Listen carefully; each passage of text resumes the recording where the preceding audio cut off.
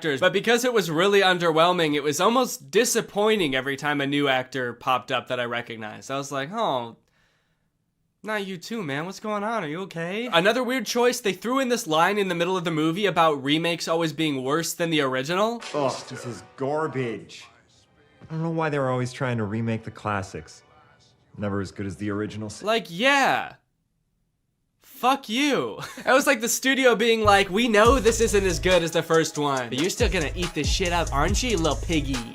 Little piggy likes his Home Alone movies, doesn't he? And I did eat this shit up, alright? So, I can't talk. I watched it still. I feel like with a kids movie like this, you always have to appeal to the kids, but then also throw in some good stuff for the adults in there too and make it fulfilling for them to watch. That way they'll want to, throw it on with the kids every year, right? And this movie works well enough for kids, I think. I think kids just like to watch Max make the booby traps and think, I could do that if I was like, home alone and there are people trying to rob me. I could defend myself against two adults who are trying to kidnap me. It's fun to imagine yourself as a smart little 6-year-old, even if you are a dumb little 6-year-old. But this movie, while being fun for kids, I would say is deeply saddening for adults. The second half of this movie is just watching a struggling family getting their shit rocked by a rich asshole kid. Bombs away!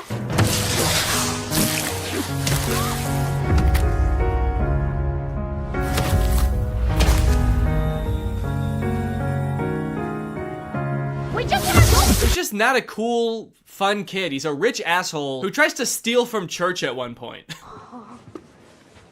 I'm definitely a child in need. Neither this. Can I help you? Even if Max was a likable child, we probably wouldn't even know because we spend hardly any time getting to know him. And the time that we do spend getting to know him, he's not very likable. When he first gets left home alone, in the movies, that's like their chance to do everything they've ever wanted to do in the house. But like all Max wanted to do, I guess, was like play video games and Hot Wheels and then like watch porn. Well played, Mom and Dad. Was he trying to look at porn? We will never know. But I have to assume that that's what they wanted us to think, right? Actually, after watching this movie, I wouldn't be surprised to find out it was something like super violent. Working family gets a beating compilation. No one can stop my violent urges now. Damn it. Also, during the big heist when the Mackenzies come to rob Max, he doesn't act like a kid who thinks he's going to be kidnapped should act. He acts creepy. What a kid should do, even if he set up booby traps, he should set all those up and then find a place to hide, right? Like get in a box under a box in the basement and just hide there. But not Max, dude. He is sick. Every time the mom gets like thrown across the room or a few teeth knocked out, he's always like right around the corner giggling. He's been waiting for an excuse to do this, for sure. He has been planning this for longer than it seems, I think. Speaking of which, let's talk about the traps. I think the traps in this movie might be pretty on par with the other Home Alone movies, with the exception of a few particularly grotesque ones. One. And also I think the makeup artist for this movie thought they were doing makeup for a horror movie. At one point, Jeff gets shot in the head with a pool ball, because Max has sort of like a gun that shoots out pool balls, which I do think would kill someone. But Jeff is just kind of walking around the rest of the scene with like a giant ass bump on his head. It is horrific. Why is he doing this to us, Pam? At one point, Pam, sweet Pam, is lit on fire. Okay. This poor mother is set ablaze. She runs to the hose to try to put out the fire and it sprays her. And then for the rest of the movie, she looks insane, dude. At one point, it shows her feet as she's stepping on Legos, her bare feet. And her feet are burnt to a crisp. And the whole time I'm trying to think, what were the writers thinking during this part? You know what, man? This is gonna be even funnier because they probably don't have health insurance. So this is probably gonna be even worse for them financially than it is physically. This couple have had the worst week of their life, man. And then they just get beaten up. There's a point where after the mom gets lit on fire, she just lays down in the snow and cries.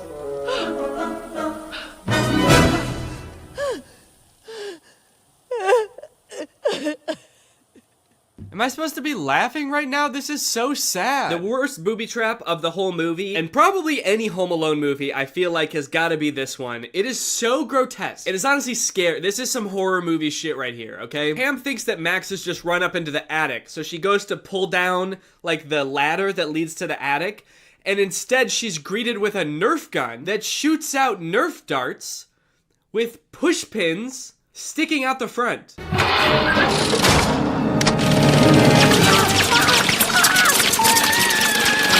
And for the rest of the entire booby trap montage, she just has these pushpin Nerf darts sticking out of her face and hands and everywhere. It is so scary. It is nasty. This movie is foul. And I gotta be honest, the whole time, I was not rooting for the kid at all. I was rooting for the couple. I'm not sure if that's how it was supposed to be, but it was not very satisfying, I will say, if it was. Maybe this was the Home Alone movie where they tried to flip it all on their head and be like, let's root for the robbers this time. But we still watched them get their asses handed to them, so I would say that it was not very fun. I especially wasn't rooting for Max the first time I watched this because we're all led to believe that he did steal their doll, their $200,000 doll. It turns out at the end of the movie that he actually didn't steal their doll, and it was all a big misunderstanding. I guess the whole thing could have been avoided if they had kind of talked it out. But Jeff's nephew had stolen it, I guess. Kind of a weird thing to reveal at the end because it really makes you hate Max, because you're like, this kid stole from church. He also stole this extremely valuable doll from this struggling family. What the hell?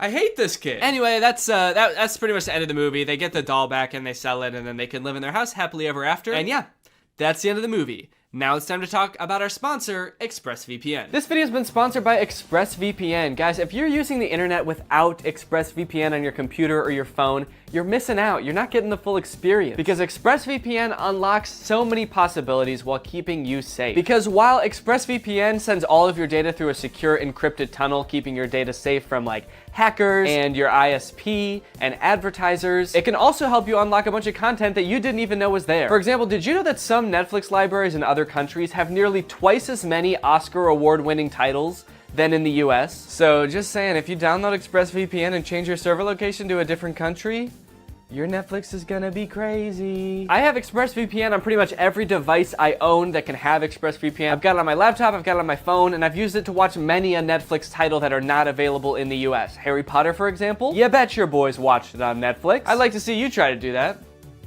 No, really, I would like to see you try to do. I would like to see you go to expressvpn.com/Danny Gonzalez and try to do that right now. Go ahead. Like I said, ExpressVPN also protects you from your internet service provider snooping on you and basically getting to log all your data. But when you encrypt your data and reroute it through ExpressVPN servers, that makes it so they can't do that. Think about it like this. Would you rather trust ExpressVPN, a company who's explicitly trying to protect you, or would you rather just send it through the pipes? Send it through the pipes of the internet service provider that you had no choice but to sign up with because they were the only one in your neighborhood and so you just had to sign up with them? Who knows what they could be doing? You don't. They're legally allowed to sell your data to other people, so they could be doing anything with that stuff. So if you want to check out ExpressVPN and support my channel, then head on over to expressvpn.com/Danny Gonzalez to find out how you can get 3 months for free. That's expressvpn.com/Danny Gonzalez. The link will be in the description. Go ahead and click that to find out how you can get 3 months for free. Thank you to ExpressVPN for sponsoring this video, and thank you to you guys for checking out ExpressVPN. All right, thank you guys for watching this video. Sorry if it was a little short.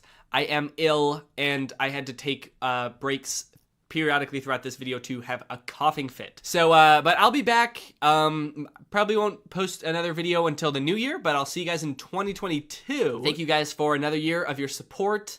I greatly appreciate it, and I want to kiss you, and bye-bye. All right, I have 2 things to apologize for. 1, this video is definitely gonna come out after Christmas, and 2, sorry I look like such a freaking nerd right now, dude. These glasses. I have an ulcer on my eyeball. Merry Christmas to me. Don't worry, it's not a big deal. It's gonna get better in a few days. I just have to put these drops in my eyes like every 20, 30 seconds. I know this is gonna come out after Christmas because I'm recording this the day after Christmas. But to be fair, like, are modern Christmas movies even really about Christmas anymore? Old Christmas movies used to be like, you know, sweetie, this family is the best Christmas gift a guy could ever ask for. Why, I'm starting to think I won't kill myself after all. Whereas now, Christmas movies just feel like a hodgepodge of cliches that are vaguely related to Christmas. Every Christmas movie now is like, Christmas with the Stinks. What happens when Santa gets lost in a small town just 1 week before Christmas? He's gonna have to spend it with the Stinks. Hey, come on in, we're the Stinks. We like to poop and shit. Also, Santa is a secret agent. And he's got a gun. I have a gun. Starring Dwayne "The Rock" Johnson as every role and filmed entirely in front of a green screen. I have a gun. Netflix presents Christmas with the Farts. Only on Hulu, July 7th. I mean, Netflix's like big Christmas movie they came out with last year didn't feel like a Christmas movie at all. It was a very confused movie about Santa being kidnapped by a witch who like sucks all of his powers up so she can imprison half of the population, which on its face does seem like it could be like a whimsical, fun Christmas movie. I just wish any of the people making the movie realized that, because they all just played it really serious and made it feel like a Marvel movie. Hey, Fred. Got a 5'11" male grown-up hovering by the scented candles. Keep an eye out. Yeah, we got a guy maybe stealing one candle. Can we get somebody to take him in the back and kick his ribs in? Also, Santa appears to have some kind of deal with the US military. They like escort him around with fighter jets. What does the US military get from this deal? Santa, are you making them bombs? I also feel like this movie does this thing that a lot of Christmas movies do now, where because Santa's whole operation is basically impossible, not, you know, I still believe in Santa. They try to come up with lore that explains it and makes it seem more believable. So like in this movie, instead of Santa's village just being like a dozen elves helping him, it's like an entire city. It's a metropolis. Yeah. Now that actually makes it make less sense. It actually made more sense when it was just magic. Thank you though. Anyway, I don't really want to spend too long talking about that movie because it's pretty boring. And I also want to talk about the movies that I actually want to talk about. Dear Santa and A Very Jonas Christmas. Dear Santa also came out last year, and the premise, if you can believe it, is that a little boy writes a letter to Santa, but he is dyslexic, so he accidentally addresses it to Satan. And then Satan shows up. And it turns out he's the guy from the Minecraft movie. Yeah, very different kind of idea for a Christmas movie, but in their defense, at least they made him terrifying. Yeah, I don't know what kind of processing they did on Jack Black's face, but he looks very uncanny. I mean, he looks like a video game character. To the point where, like, he might be completely CGI. I don't know if Jack Black knows he's in this movie. And I think that this right here is what might have given me that eyeball ulcer. Young kid writes a letter to Santa, but he misspells it and it goes to Satan. So Satan, played by Jack Black, shows up at Christmas time and comedy ensues. Why did they put Jack Black in quotes? Played by Jack Black. Does Jack Black know he's in this movie? That's why Jack Black is in this movie that we made about Satan. On all accounts, this movie makes zero sense. I don't know why they made this. A child being haunted by the Lord of Darkness should be the plot of like a horror movie. Is he gonna be like his friend? Are they gonna hang out? Is this gonna be like Gooby but with an evil monster? They already made that movie. It's called Gooby. Now going into this movie for the first time, I knew two things about it. One, that Jack Black plays Satan. And two, that something happens at the end of this movie that is in very poor taste. I was very curious to see what that was, but as the movie progressed, I honestly had a hard time seeing how that could possibly be. I mean, after all, there's so much insane shit in this movie, how could there possibly just be one thing? So most of this movie revolves around Satan trying to get this little child Liam to fulfill a deal in which Liam gets 3 wishes, and Satan gets his soul for eternity, and Liam goes to, and excuse my language here, hell. And in fact, he does eventually fulfill the deal, which leads to this very confusing montage. What? Why so blue? Why so blue? I just sold my soul to the devil. I'm sorry, I'm having a little trouble seeing why him selling his soul to Satan made him cool suddenly. Damn, look at that kid. He's so cool. What's his secret? I'm going to hell. I'm going to hell. So like, does that lead to the poor taste ending? Is it Liam's parents' marriage falling apart? Is it Liam trying to use Satan to get his crush to fall in love with him? Is it this kid's teeth? Is it him wishing Satan would resurrect his brother from the dead and it happening? Oh, yep, that's it.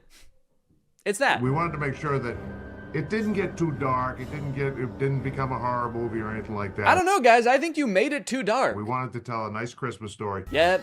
It's nothing like Satan resurrecting a little boy from the dead to make you forget this movie had anything to do with Christmas. Also, like a third of this movie revolves around Liam going to a Post Malone concert to impress his crush. And of course, Satan puts a spell over Post Malone to make him think that he's best friends with Liam.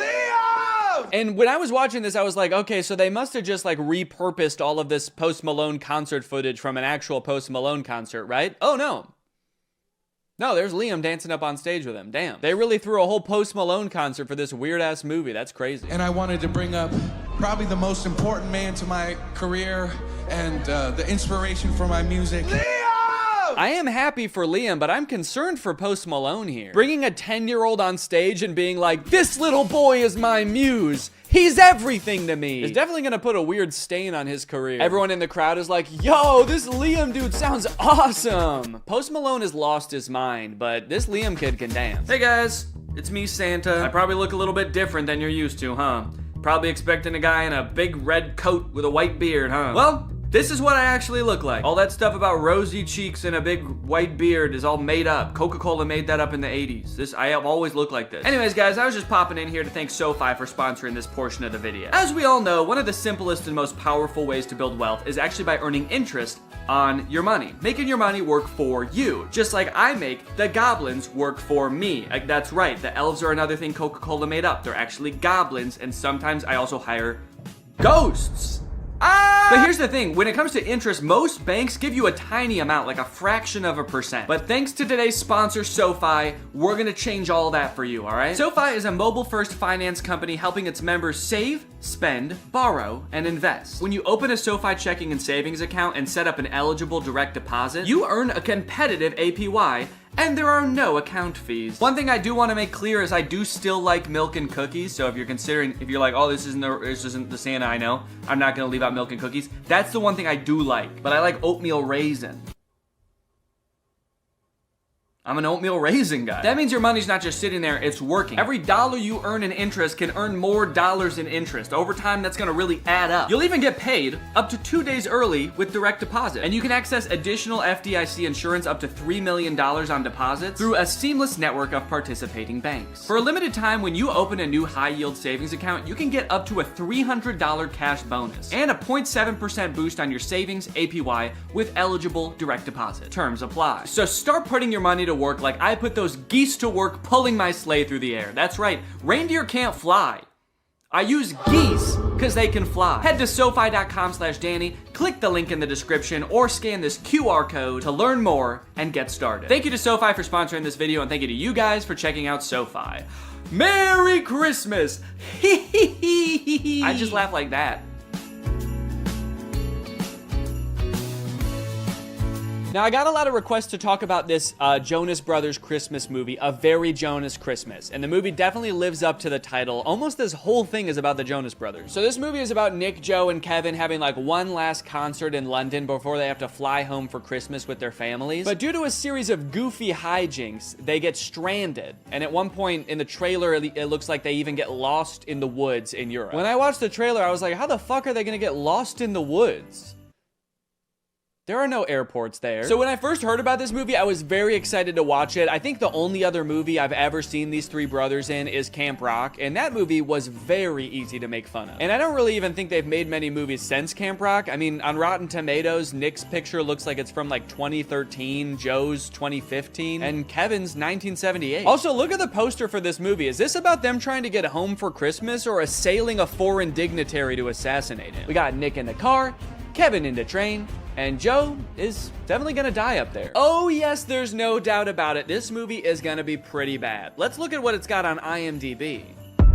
Oh, a 5.7. Okay, that's actually better than I would have thought. What about Rotten Tomatoes? 92? Wait, it looks like people actually really like this movie. And look at this dad on TikTok. He's losing his mind laughing. Did the Jonas Brothers make a good Christmas movie? On purpose? Okay, so I have watched the movie, and I will say it's better than I thought it was gonna be, but that doesn't mean that it's not insane, because it is still insane. For example, you're probably wondering how the Jonas Brothers got stranded in Europe in the first place. Like, obviously, most people have to deal with, like, holiday travel congestion, but the Jonas Brothers probably fly on, like, a private jet, right? They're not dealing with regular air traffic. Well, like I said, they just finished their tour. They're anxious to get home to their kids. It does kind of seem like their kids aren't really that anxious for them to get home. I'm gonna be home tomorrow and I'm gonna take you skiing just like I promised. And she could care less. That does kind of lower the stakes of the movie a little bit, that they're like, guys, what are we gonna do? We've gotta get home for Christmas. Our kids need us. And their kids are just like, nah, we're good, man. Don't worry about it. We have really healthy attachment, so we're not gonna fret too much about it.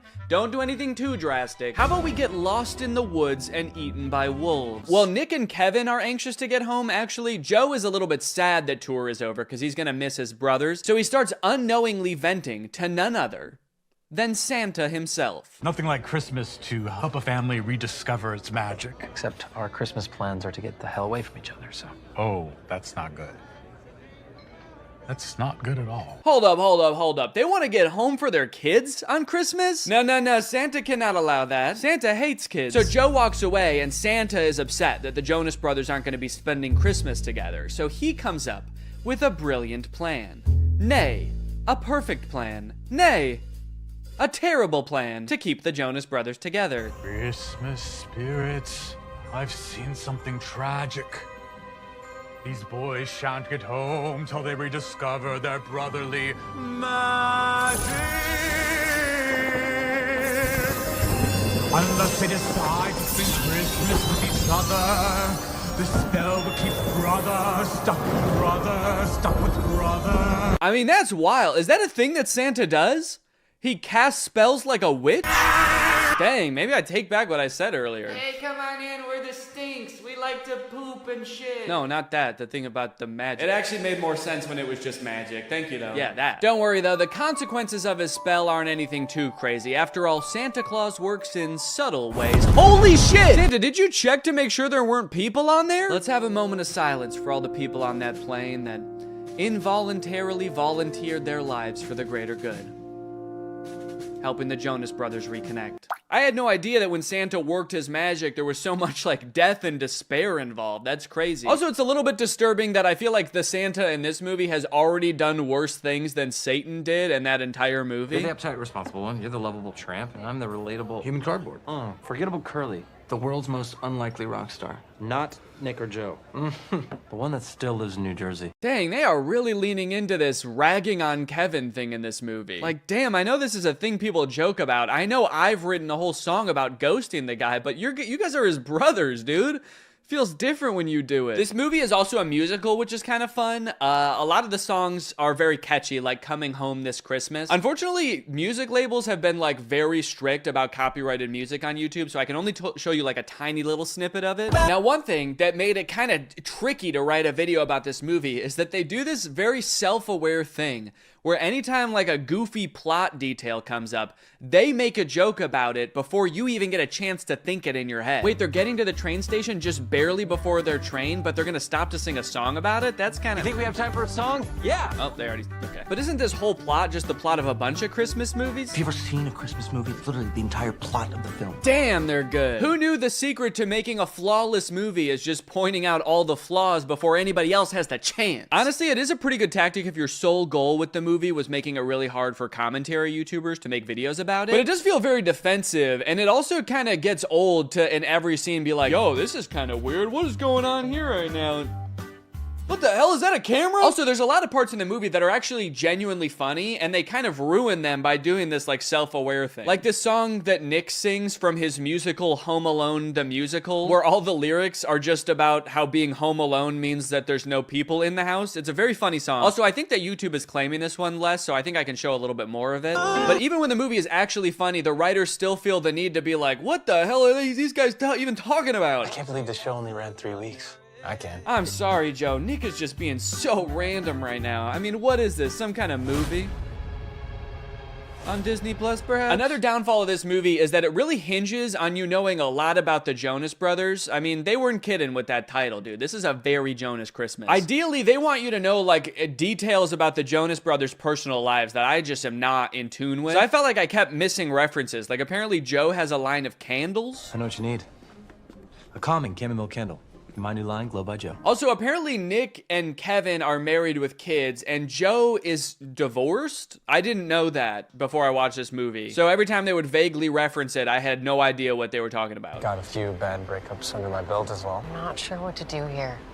Like, do people pretend not to know literally everything about your personal life? Or like... Yeah, it must suck for everybody to know that you have brothers? That's what we're talking about, right? You had 2 brothers and then you got divorced with one of them, so now you just got one, huh? I know so little about their personal lives that in my head, Joe just is his character from Camp Rock. So when I heard that he was divorced, I was like, damn, it didn't work out with Mitchie. You guys were so perfect for each other. So more wacky hijinks happened, and eventually they get picked up by Santa, who I gotta be honest is a very unorthodox Santa. I live a very solitary life. My home is very remote, and my work is all-consuming. Yeah, he's like lonely and burnt out. I guess maybe he doesn't have the elves in this version of Santa, and so he has to do it all himself. Maybe he makes every present via terrifying spell. This lone wolf has always daydreamed about being part of a pack. Would you mind pulling over? I just want to go check on my brothers. Hey, would you mind pulling over? You're freaking me the fuck out. Eventually, they find a private jet to fly them home, but the pilot crashes the plane because he's taking sexy pictures of himself while flying. I like how the plane is in complete free fall and they don't seem to be affected by the G-force at all. We're going down! Everybody, brace for impact! Oh, fuck! There's this running plot line throughout the movie about how Kevin secretly wants to sing in a Jonas Brothers song, but they never let him and he's too scared to bring it up. But at the end of the movie, they make it home to their families and they're all singing and they finally let Kevin sing. It's a fun moment. It's great to finally hear him sing, and it's great that they're finally letting him. But then in real life, I just saw that Kevin just like released his own solo song. So it kind of seems like the opposite happened in real life. In the movie, they're like, yay, Kevin is singing. And in real life, they're like, you have to sing as far away from us as humanly possible, please. Honestly, though, all in all, this movie was a lot better than I thought it was gonna be. I was laughing at parts. I even looked like that dad from that TikTok at a few parts, dude. I was sitting on the couch kicking my feet. I was giddy. Anyways, I hope you guys enjoyed this video. I hate to break it to you, but I don't know, this will probably be my last video of the year. Enjoy your New Year's celebrations, everybody. Stay safe. Thanks for watching, and bye-bye. Hey guys, real quick, I have new merch, and also there's a big sale going on in my merch store right now until December 1st, and 4 random orders during the sale are going to receive one of the physical drawings that I did in the fake AI video. So if you want to check out the new merch or get some discounted merch, then head on over to dannygonzalez.store, and now here's the video. Fashion changes fast. Like really fast. Looking at this picture of myself wearing a V-neck and cargo shorts feels like looking into an old photograph from the 1910s where like everybody in it is dead now. But believe it or not, this picture was only taken 2 weeks ago. That's how fast fashion trends change. Remember that weird t-shirt I was wearing at the beginning of this intro? I've already thrown it into a landfill. That's how fast fashion trends change. Styles change so quickly over the years, it feels impossible to predict what is going to be popular next year, let alone like 30 years from now in say 2050, which is scary to me because by then I'm gonna be old, I'm gonna be falling out of style, but luckily, some experts think they've already figured it out. I found a few articles claiming to predict what the fashion of the future will look like. And if I can just buy all that stuff now, then I can become the ideal man of the future today. So my goal is to go through each of these 3 articles and craft one outfit based on what each one predicts. That way I can cover all my bases no matter what the future looks like. And then we can decide together which future we would most like to live in. Okay, this is an article on a website called Dream Zone, and it's called 2050, the fashion of the future. Adaptable wearable technology. Most of us will live close to the printing house or have a 3D printer at home. Huh? What is this about everybody living close to the printing house? Like Kinko's? I do mess with the idea of 3D printed clothing though, that's kind of sick. The idea that everything you own can fit perfectly because it's like 3D printed, custom to your body, is kind of cool. Socks will recycle themselves. Wearing for a few days and discarding will become a thing of the past. I don't do that currently. Wearing for a few days and then discarding? We don't do that. That's something that you do. You made that up. Fashion trends will not get banned, but it will be made from paper so that everything which is old can be dropped off to domestic recycling. So what I'm getting from this article, 3D printed clothes and recyclable clothes. When I Googled 3D printed clothes, I came across this company called Zellerfield that makes 3D printed shoes specifically designed for your exact feet using scans of your dogs that you send them. They have a bunch of different models of shoe. This one's got a face on it. Actually, it's got 2 faces on it. It's got one on the front and one on the back. Voldemort-ass shoe. Incredible feel, fused 3D 3D lattice with no stitching, glue, or weak points. That actually is kind of cool. So there's no stitching. It's just all assembled basically together. It's all one solid piece. Kind of like a crock. Are these just Crocs? Easy to clean, breathable, machine washable, and odor resistant. It's breathable? It looks like a big solid chunk of rubber. I don't know what the consistency of this shoe is gonna be, but I guess there's only one way to find out. The process of scanning my feet was a little bit different than I anticipated. I wasn't so much scanning my feet, so much as taking one very specific picture of both my feet next to a piece of computer paper. To find some more kind of eco-friendly clothes like this article was talking about, I googled clothes of the future and found this company Volbat. They make a shirt called the wooden t-shirt. This is the first t-shirt to be built from wood and colored with wood. Now it looks like a pretty normal shirt, so I guess they figured out some kind of way to make fabric out of wood, which is pretty cool. Unless this is all like an illusion and this really is just carved out of wood. I guess he's not moving that much in these pictures. What if it is just like a stiff board of wood and it actually doesn't have a back either, so you just put it on like a chest plate. So I'm gonna order a medium wooden shirt. Lastly, I found some compostable underwear. These are just boxers made out of 100% cotton, which means that if you put them in a composter, they will turn back into dirt. Made by nature and designed to return to nature in 90 days. You can soil them and turn them into soil. Add to cart.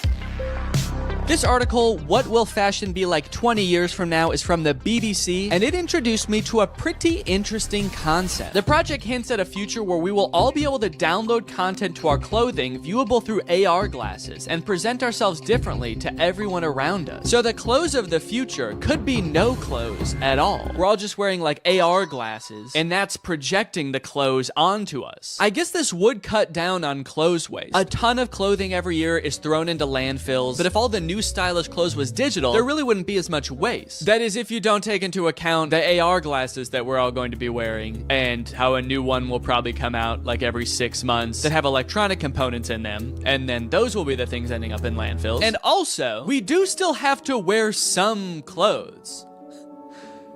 Right? Or is the future just gonna be like people walking around looking like Fortnite characters in our AR glasses, but in reality they're just naked? The most interesting part about this is that I actually found a company that offers this service already. It's called DressX. I actually found it because Sophia Nygaard made an entire video where she dressed up in outfits from this service for a week, and it's super interesting. You can buy clothes, digital clothes, from this website, and then you can try them on virtually. I guess you upload an image of yourself that you want to be wearing the outfit, and then you pay $20 for them to basically Photoshop you into the outfit. And it looks a little bit realistic. Yo, look at this, the Neo suit. I feel like when I upload this, they have to decide how big my ass is. Okay, I'm actually kind of liking these, dude. Whoa, look how big that hat is. Dude, that's crazy. Maybe I want to go with this one. It's $100 for this whole outfit, which could be worth it, depending on how it turns out. Yeah, I'm gonna go with this one.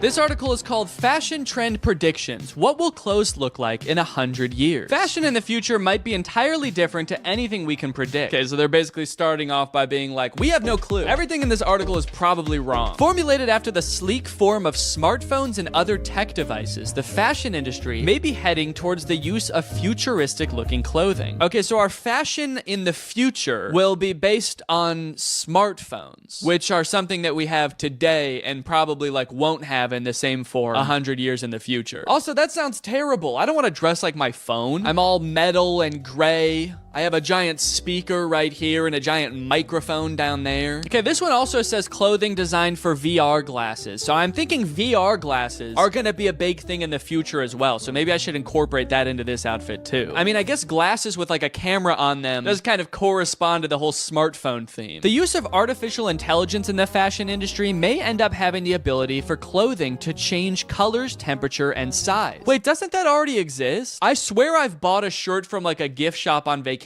before that changed colors if I was in the sun. Okay, so for this version of the future, here's what I found. Some augmented reality sunglasses. I didn't even know technology was this far, first of all. AR technology? They can just make them in sunglasses now? You can just sit down with your sunglasses and be in front of a giant theater screen. Why does this feel like this is a scam or something? It has 1,500 ratings and it has good reviews. So I'm gonna get them, honestly. I'm honestly kind of just curious and I want to try them. Next up, remember how I said giant speaker right here, giant speaker right here. This is a Bluetooth hat. Plays the music out of it. It's only $15. It's incredible. And then I don't know, like a color changing shirt, but maybe I can get some kind of like metallic pants or something to go along with it. And that'll kind of complete the look. With 3 futuristic outfits chosen, it was time to start testing them to see which future I would most like to live in. Here we go. This is the hat. Warning, to avoid danger of suffocation, please keep this bag away from babies and children. When you take the hat out of the bag, there should also be a warning. It should be like, now don't use this hat near anyone else. Don't use this in public around any other people. It's gonna weird them out. It's also gonna be super annoying. My initial impression of a lot of these products was not great. Connected. Yes. Sound quality did not sound good, guys. I have to say that does not bode well for the test of this. The color changing shirt was super confusing. My hot breath would make it change colors, but when I would put my hot hand on it for like a minute straight, it wouldn't. What the hell? It barely changed color at all. How hot is my breath that did it and nothing else does? Oh, yeah, okay, so this is the robot onesie that I ordered. Onesie? Is that the right word? Like, that's the word for a baby outfit that's all one thing. Is that like that for people too? Or like adults? People. I know it's like that for babies, but what about like humans? Human beings. But what I'm most interested in trying is these AR glasses. So let's get the whole outfit on and see how they work. Ah, whoa! Holy shit. Oh my God. Whoa, that's actually kind of cool. So my whole laptop screen is like suddenly appeared in my glasses. No matter where I look now I just see my laptop screen. You can fully see it on the camera. you can't see your eyes anymore. You just see my laptop screen. Of your laptop screen. Wait, that gives me an idea. Hold on. So you can see perfectly what's on my screen? Yeah. Interesting. Okay. How do I look?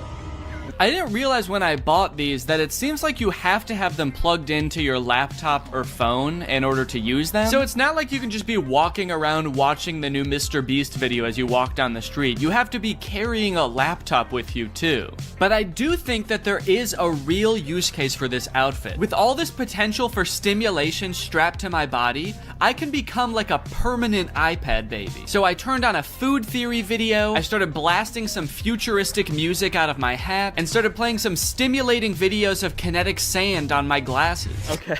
Oh, this is crazy. The image of the kinetic sand is way bigger than the TV. So there's like a one TV with matte pad on it, and then a way bigger translucent TV with kinetic sand playing. I can't really imagine a use case for these glasses. It's pretty awful, actually. So much stimulation that everywhere I look, all I see is kinetic sand being cut. And it's also kind of making me nauseous. So I think I'm gonna go get some water. Luckily, today's video is sponsored by Air Up, which is a great and unique way to meet your daily water requirements. You see, guys, while you just fill up your Air Up with regular old tap water that your government provides for you, when you put on a scent pod and you activate it like so, pop it right into place, suddenly the water has taste to it. And I'm talking good taste. This scent pod I got on here is raspberry lemon. So when I drink through my Air Up, air travels into the scent pod, out through the nozzle, and into my mouth, creating a flavor experience like I'm actually drinking something flavored like raspberry lemon. But it's not actually adding any chemicals to the water. I like this because I like drinking a lot of water, but sometimes water can be a little bit boring. I want to spice it up with a little bit of flavor, but I don't like adding in chemicals, sweeteners, artificial sweeteners to my drinks. This doesn't add in anything, it just adds in scent. It's science, and it just seems like you're tasting raspberry lemon, which is a pretty good flavor. And guys, it's the season of giving, so what better time to give a family member or a loved one a gift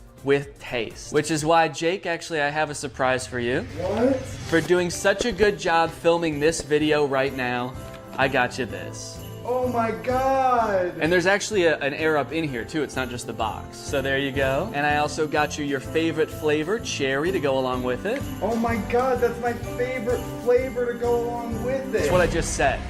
Yeah, sorry. Air Up is a great gift for anyone who likes to drink water, which is everybody because you need water to survive. And from November 20th to the 27th, you can save up to 40% on all orders. That's because they've got Black Friday and Cyber Monday deals going on right now, and it is their biggest sale ever. So if you want to check it out and get a family or friend or a loved one a gift with taste this year, click the link in the description, get up to 40% off on all orders. And now,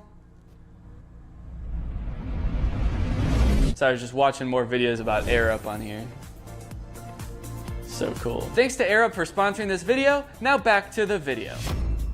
For the virtual outfit, before I even purchase it, I have to take the picture that I want them to Photoshop me in, because that's part of the checkout process, is uploading that picture. So that's what I'm gonna do right now. Now the outfit is so kind of edgy and dangerous looking that I gotta pick a cool location for it. So that's What is going on? You go stand in the corner. Why is my daughter in the corner? Okay, so they throw a fake party to get the babysitter mad at the kid so that the babysitter yells at the kid, and then they have the parents come back in after the party has left to be like, look, she's crazy. They had a party, a mariachi party. She's yelling at this girl for throwing a party. There's no party here. So it seems like in this one, they've basically framed the babysitter. So I'm gonna have to recreate this video, at least the title and thumbnail. But luckily when Brent copies a video on YouTube, he usually doesn't copy the actual video. He just copies the title and thumbnail. So I can kind of do the same thing. I can use the same title, same thumbnail, but then make the video itself kind of about whatever I want. So I thought about doing a commentary on the world's most evil real babysitters, but then I started to read up on it, and it was way too depressing for a comedy video. I don't know if you guys have ever heard of this crazy website called The News, but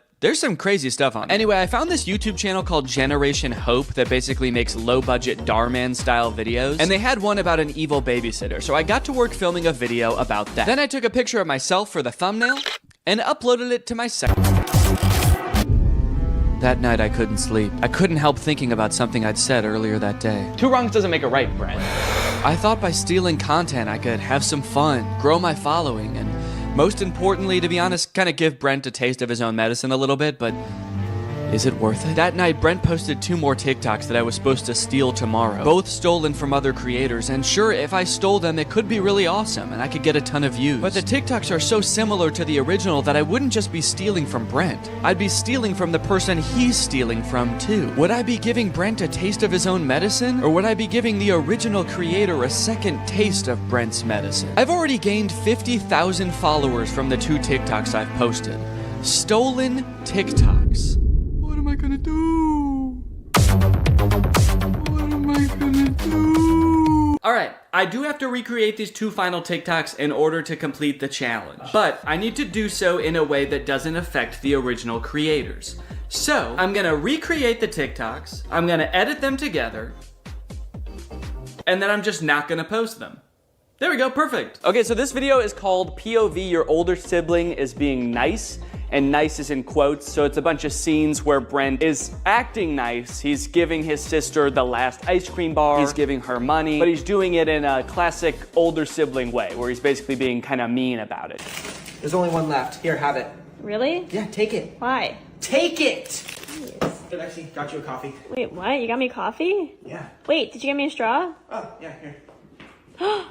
This one's yours. Wait, how much was it? No, keep it. Here. Lexi, keep it. Here. Keep it! So we're gonna film that here today. I got Jake here, he's gonna help me film it. Jake, say that you're gonna help me film it. I'm gonna help him film it.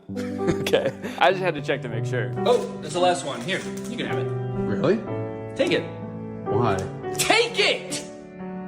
Wait, why? You got me coffee? Yeah. Did you get me a straw? Yeah, right here. Oh my god. Oh, this is your food. Oh, how much was it? Here. Oh, keep it. No, here. Keep it! Here. Keep it! Keep it! Ah!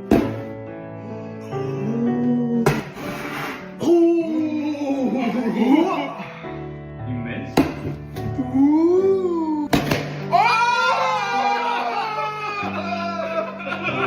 Alright, that's it. A week's worth of Brent Rivera content in the bag. And you know what? I feel really good about posting those videos. I got to have my fun, I got to steal some content, make a couple videos that I knew full well if I ever did decide to post them would go so frickin' viral. In fact, I had so much fun that I'm gonna keep doing it. Forever. Every time Brent posts anything online from now until forever, I am going to recreate it word for word, shot for shot, and then I'm just gonna hold on to it. So Brent, next time you steal some content, just remember, bro, I'm gonna be in my own house by myself, stealing it too. So if you're ever feeling alone, just remember that. Brent, if you're watching this and you somehow made it this far into the video, I could understand seeing all these people criticize you and having the mentality that these people are just haters, these people are just jealous. But look, man, I don't hate you. I understand you're just making videos on the internet. It probably doesn't seem like the biggest deal in the world to copy other people. Do I think you're an irredeemable person or even like the most evil person on YouTube? No, of course not. Do I think that you frequently make shady decisions to further your career? Yeah. We're both successful creators and we've both been doing this for long enough that we should be driving forces of creativity on this platform, or at the very least not using other smaller creators as rungs on a ladder to advance your own career. Maybe you don't particularly care about getting respect from other creators and literally the only thing that you're prioritizing is your bottom line. Or maybe you feel like you're making a difference in the lives of the kids who watch your videos, and so in your mind that justifies being able to do whatever to get to that position. From watching your videos, I do get the sense that you have a good time making them. I feel like if I was you, my favorite part of the job would be like getting on camera with your friends and goofing around. You probably like the parts of your job where you're coming up with funny ideas of what to do in your sketches. And I honestly would have no problem with your content if you just focused on doing that. I can tell you from experience, and I know a lot of other YouTubers feel the same way, that the more you try to exploit the algorithm or trick the system into gaining followers, like this game of copying other popular ideas, the more soul-sucking and draining this job becomes. So if you're in it because you like goofing around or you like making an impact on kids' lives, focus on that. That's awesome. I saw that TikTok someone made about you recently that you responded to, saying that your job is like their nightmare job, making content that's relatable to middle schoolers or high schoolers. And you responded with a bunch of TikToks basically saying that, you know, you make an impact on a lot of kids' lives. It did seem like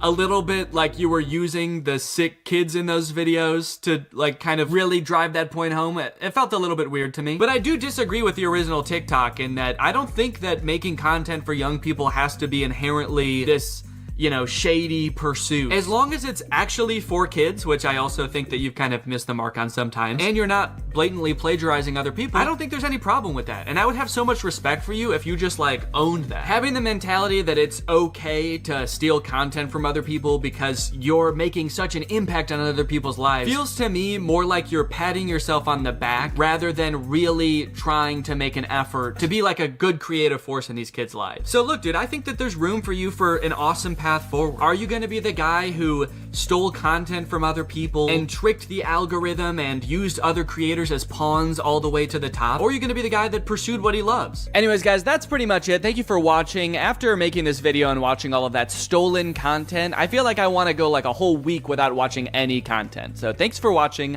Bye-bye. What's up, Greg, and welcome back to the Romance Channel, where we cover the hottest romance movies known to man. When you think of the perfect love story, what comes to mind? Passion, lust, destiny, brothers, psychological intimidation, gazebos. All of those? Yeah, all of them? Good. Because today we're talking about The Kissing Booth. I've had this movie recommended to me for a while, and I recently sat down to watch it, and I gotta say, guys, I'm pretty confused. This movie has a completely normal premise, and there's actually nothing wrong with it.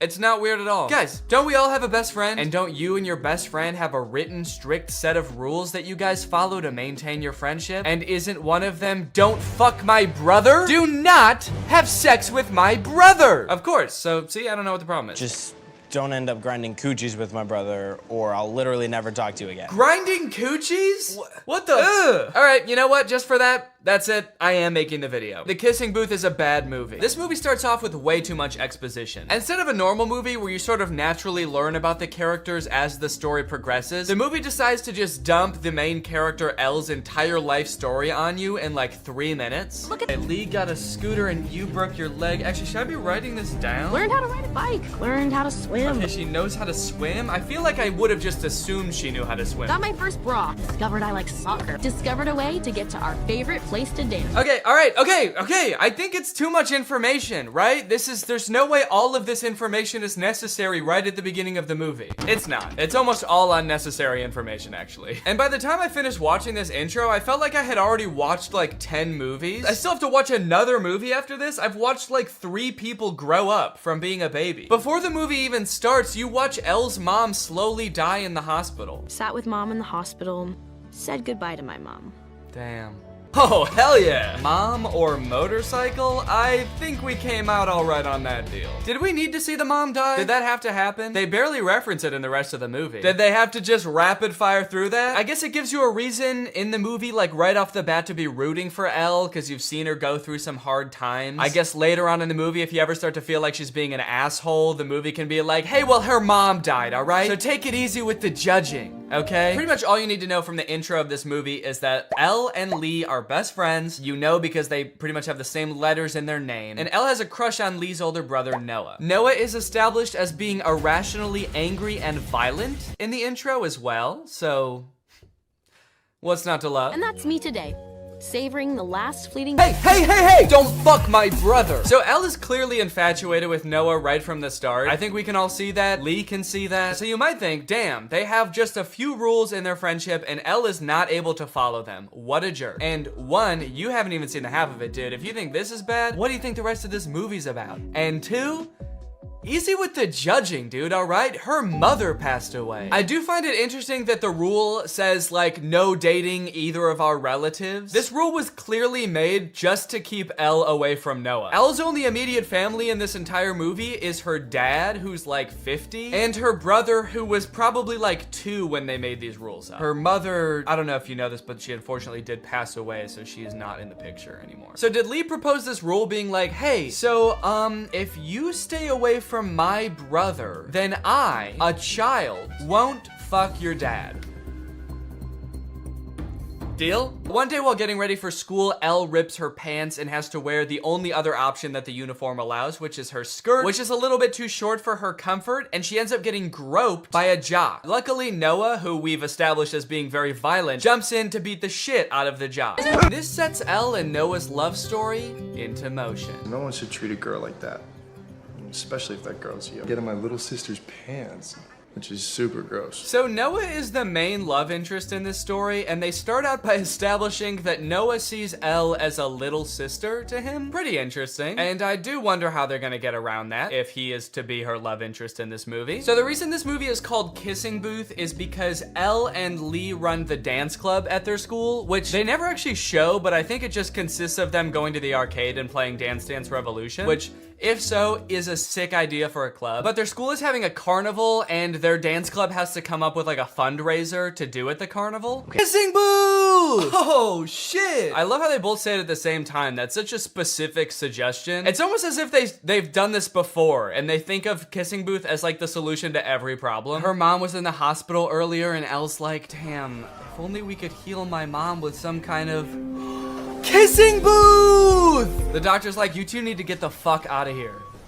Obviously, that was the first thing we tried. Before Elle and Noah can get together, though, we need to find a little bit more out about Noah. Like, who is this main love interest? We know that he's violent, which is awesome. But the movie also has to show us how manipulative he is. You see, it all starts with Elle exploring some other love options at school. For example, the man that groped her earlier. He calls her kiddo? Gross. Lock this man up immediately. You still got a lot to learn, kiddo. Like, for example, how fucking crazy I am. You have no idea. You have no fucking clue. But you're gonna learn today. I'm naked, baby. The Flynns are a very controlling family, aren't they? Like, in Elle's friendship with Lee, he's made all these rules that he has to follow. Like, don't fuck my brother. And now Noah has rules like, don't fuck anybody else. It's an entire family where they're like, hey, who are you gonna fuck? Who is that? Who is that? Don't fuck him. Fuck me. No, don't fuck me. That's not allowed. So the kissing booth is coming up, but Elle is having a little bit of trouble getting people to volunteer to work at the kissing booth, obviously, because that sounds gross as hell. Need peeps to work our kissing booth. You in? Where the fuck did he come from? Was he just lurking beneath the sand to jump out? Don't make me beg. Ah, she said no! Leave her alone. Noah's a really confusing character in this movie because they kind of portray him as this like popular guy that gets all the girls. Whenever he's not talking to Elle, he's like making out with some other girl or like talking to the popular cheerleader girls or whatever. But he like, other than that, doesn't seem to have any friends or like a social group. The only time he interacts with the other guys in his grade is to threaten them, apparently. For this entire party, before this happens, they just show him kind of like lurking alone in a corner. And apparently she's pretty into. Oh, wait! The Hollywood sign at night. You guys ever been to the Hollywood sign at night? Great place to make out. Great place to get eaten by coyotes too. I feel like a lot of people don't realize the Hollywood sign's like in the middle of a nature preserve. I think there's like mountain lions and shit up there. A coyote comes out from behind the Hollywood sign and is like, fucking by the Hollywood sign again, huh, Noah? This man's got some game. All right, guys, get out of here. I'm gonna have to eat your asses. I love that his secret spot to come and be alone is the Hollywood sign. Yeah, don't worry. I know a little place where we can be alone. It's called Times Square. We'll have a little more privacy up there. From there, their relationship blossoms. They go on dates all over town. They're sneaking around, trying to make sure Lee doesn't catch them. The actor who plays the dad feels like he's from a completely different movie. Everyone else in this movie are these like beautiful, like model actors. This guy looks like he's from like a crime drama or something. He's a lot more like rough and rugged. He's very sour and sad. I guess his wife did just die, but that's pretty much seems like his entire character. He's not even like wearing the same type of clothes as the other characters. There's another scene where like all the other adults are wearing these like nice suits and he looks like he just like rolled out of bed. Everyone else in this movie is like, what are we gonna do? We gotta not break rule number 9 and oh, this is so hot and fun and sexy. And he's like, every night I stare at my reflection and I don't know who I am anymore. Every time I look into your eyes, I see my dead wife. I can't say I support the two of you. I can't. Oh my god, what did you do to Lee, you monster? Also, how long have they been in the car? I swear they've been in the car for like 5 minutes. How did she not notice? Was he just sitting there silently the whole time? And he's like 8 feet tall. How did she not notice? I'm just trying to picture this. So Elle gets in the car. Noah's already sitting there completely silent in a Batman costume. They pull out. He says nothing. He's just sitting there. Something doesn't add up. And by something, I mean the whole movie. Anyways, the movie ends with him going to college. Yeah, he doesn't stick around. He just goes to college and that's how the movie ends. Doesn't that suck? They don't even get to go on like a real date as a real couple. He just goes to college and then the movie ends. All right, well, that concludes our time together today. You guys, thank you for joining me. I hope you enjoyed this video. And if you're new here and you're not subscribed yet, make sure you subscribe and turn on my notifications to join Greg. Greg is what I call my subscribers on YouTube. So if you want to join Greg, just hit that subscribe button and hit that notification button. And then before you know it, your name will be legally changed to Greg. All right, I'll see you guys next time. Thank you. Bye-bye. What's up, Greg? I hope you're having a great holiday season. I know I was until I watched the new Home Alone movie.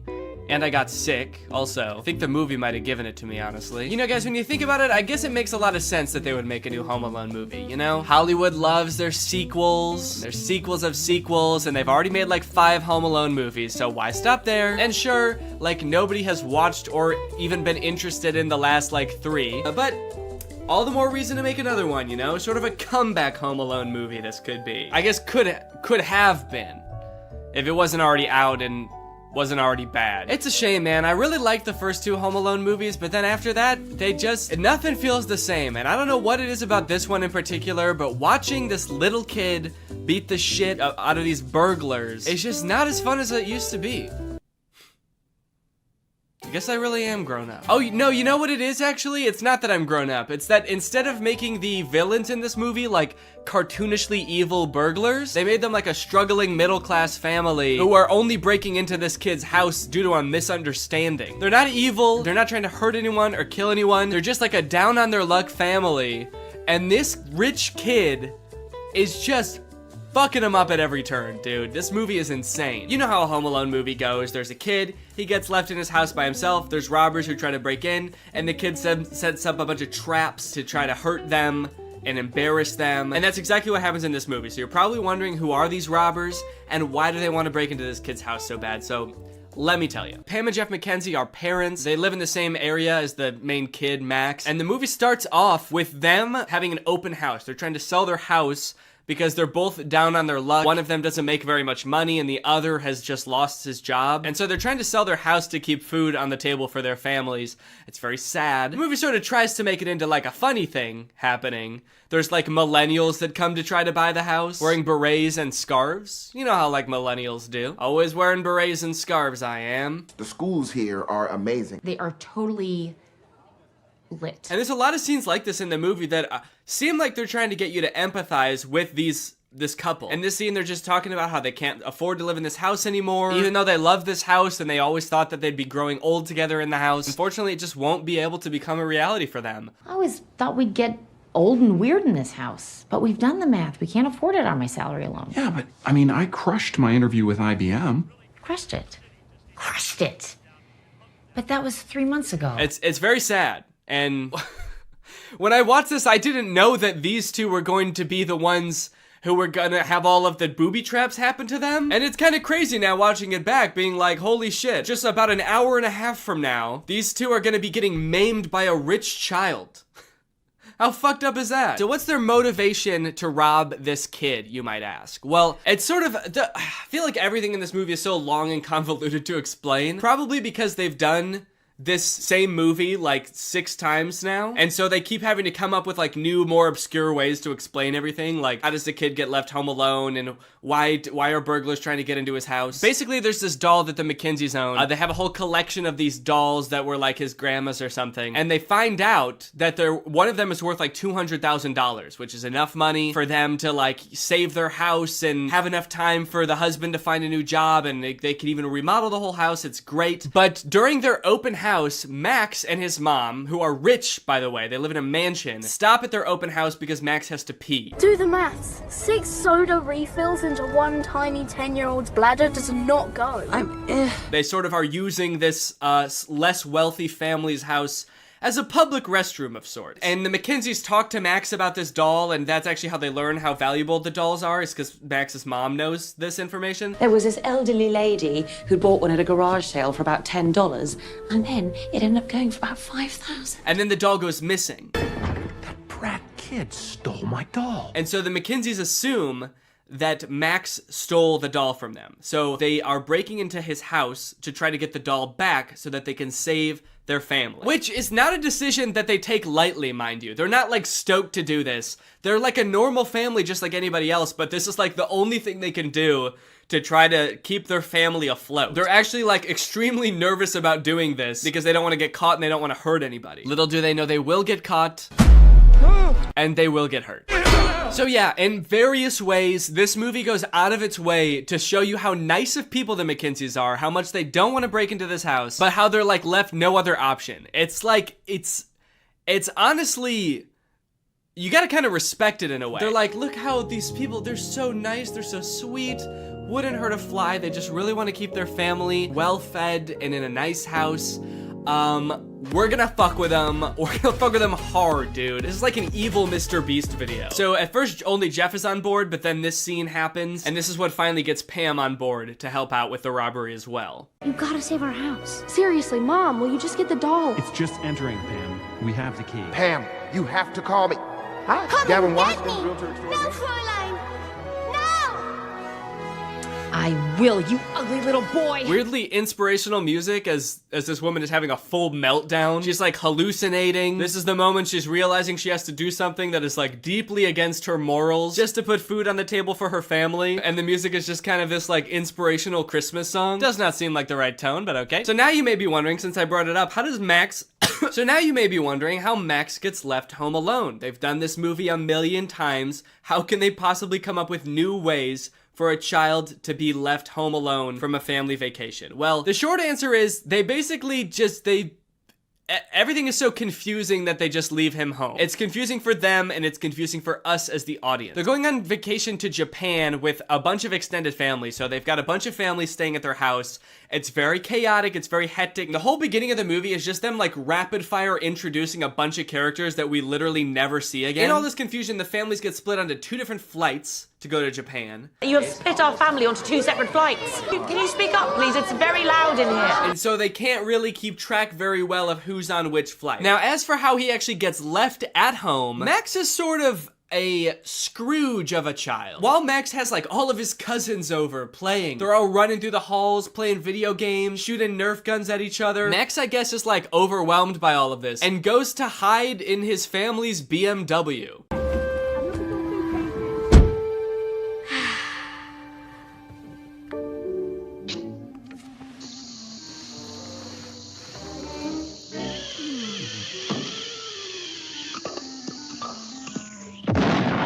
There's like a random car commercial at the beginning of the movie. He leaves the ruckus of his house on the holidays to go sit in the garage in his family's BMW and watch cartoons. Mom? Dad? Seems like a weird way to advertise BMWs, honestly. I'm not sure about that product placement. BMW. For rich recluses who hate their families. Get left home alone while your family goes to Japan because you were watching Looney Tunes in your car. BMW. This kid is a weird one, man. He's like 80 years old or something. He lives in a huge ass house. He's got a bunch of cousins. He's got a million toys, probably. Seems pretty fun to me. But instead he's like, get all this fun out of my house! I hate Christmas. I'm gonna go hide in my luxury car and pass out for 12 hours. There are a lot of choices in this movie that make very little sense, and I'm still trying to figure out why they would do these things. This movie looks like weirdly cheap while also having a ton of big celebrities in it. People even I was surprised to see, even after watching a trailer, like Kenan Thompson, Pete Holmes, Ellie Kemper. They have like a ton of big names in this movie, and some of them with like really weirdly small, insignificant parts. Chris Parnell, for example, plays Uncle Stu in this movie, who we see once at the beginning, and then for the rest of the movie, he's shitting. Did Carol leave? Travel safe. What's going on? He's shitting even before we see him too. I told you to use the restroom in the coffee shop, darling. After Uncle Stu had been in there? Really? Did you see how many deviled eggs he had for lunch? And then for the rest of the movie, we only hear him through the door of the bathroom. Did somebody call the house? No, because we don't have a landline, Stu. Because he gets to Tokyo and then I guess had more bad food and is still shitting. Actually, that might be one of the funniest parts of the movie, honestly. The fact that this uncle is just pooping his brains out the entire time. That is pretty funny. And the fact that they got such like a big name to play him, and we're paying you $5 million for this role, and you're gonna be behind a door pooping your brains out, and we're never gonna see you. Is that cool? Also, Mikey Day from SNL is a priest in this movie. If you didn't look very hard, you might not even know there was a priest in this movie, let alone the fact that he was played by someone famous. If this movie was good, it would have been cool to see so many famous actors. While I'm out and about, I have to find a cool location for it. The big issue with that is that the top is like a mesh top, which would usually be worn with nothing underneath, so that you could kind of see, you know, my belly button, my nipples, whatever. But if I'm looking for a cool location, that's gonna be a public location, and if I'm in public, I'm not gonna be walking around taking pictures with my shirt off. Filming in public is already embarrassing enough. I don't need to take my shirt off. But look, I'm wearing like kind of a skin-colored shirt. Maybe they can just Photoshop my shirt off anyway and give me like rock hard abs. That would be sick. So I'm just gonna take a picture and send it to them and see what they do. I'm just wearing regular clothes. I'm wearing jeans and a t-shirt and shoes. And so I'm just gonna try to find like an edgy location to take a picture of myself. Well, I took a little walk and I looked around and I found this. A skate park. Also the smallest bleachers I've ever seen to watch people at the skate park. Guess they're not anticipating like a ton of spectators at this skate park. It's actually kind of sad. Yeah, only 4 people are gonna be watching you at a time here, man. All right, don't get too excited. So I think this is about as edgy as it gets, really. I think I can kind of be leaned up against the fence here, contemplating my life. The description on the website also said that this outfit is supposed to represent like a post-apocalyptic Nordic archipelago or something. An archipelago is like a cluster of islands, and I don't know if anything quite exemplifies a dystopian archipelago quite like a skate park. So let's take this picture. There's also people on the roof behind me. I hope they're not watching me film this. Are they watching me? It took me a little bit to figure out exactly what kind of person wears this outfit, but after a few pictures, I think I figured it out. And once I got the picture I desired, I sent it to DressX, and within 2 business days, I had my finished photo. Okay, let's go ahead and see this photo. This link looks unusual. Be sure you trust the link before you open it. What do you mean unusual? Seems like a pretty normal link to me. Do you think Google Chrome can see the photo?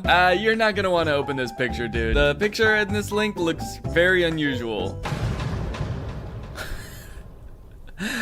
Okay, very, very interesting. I like it. I like it a lot. This is...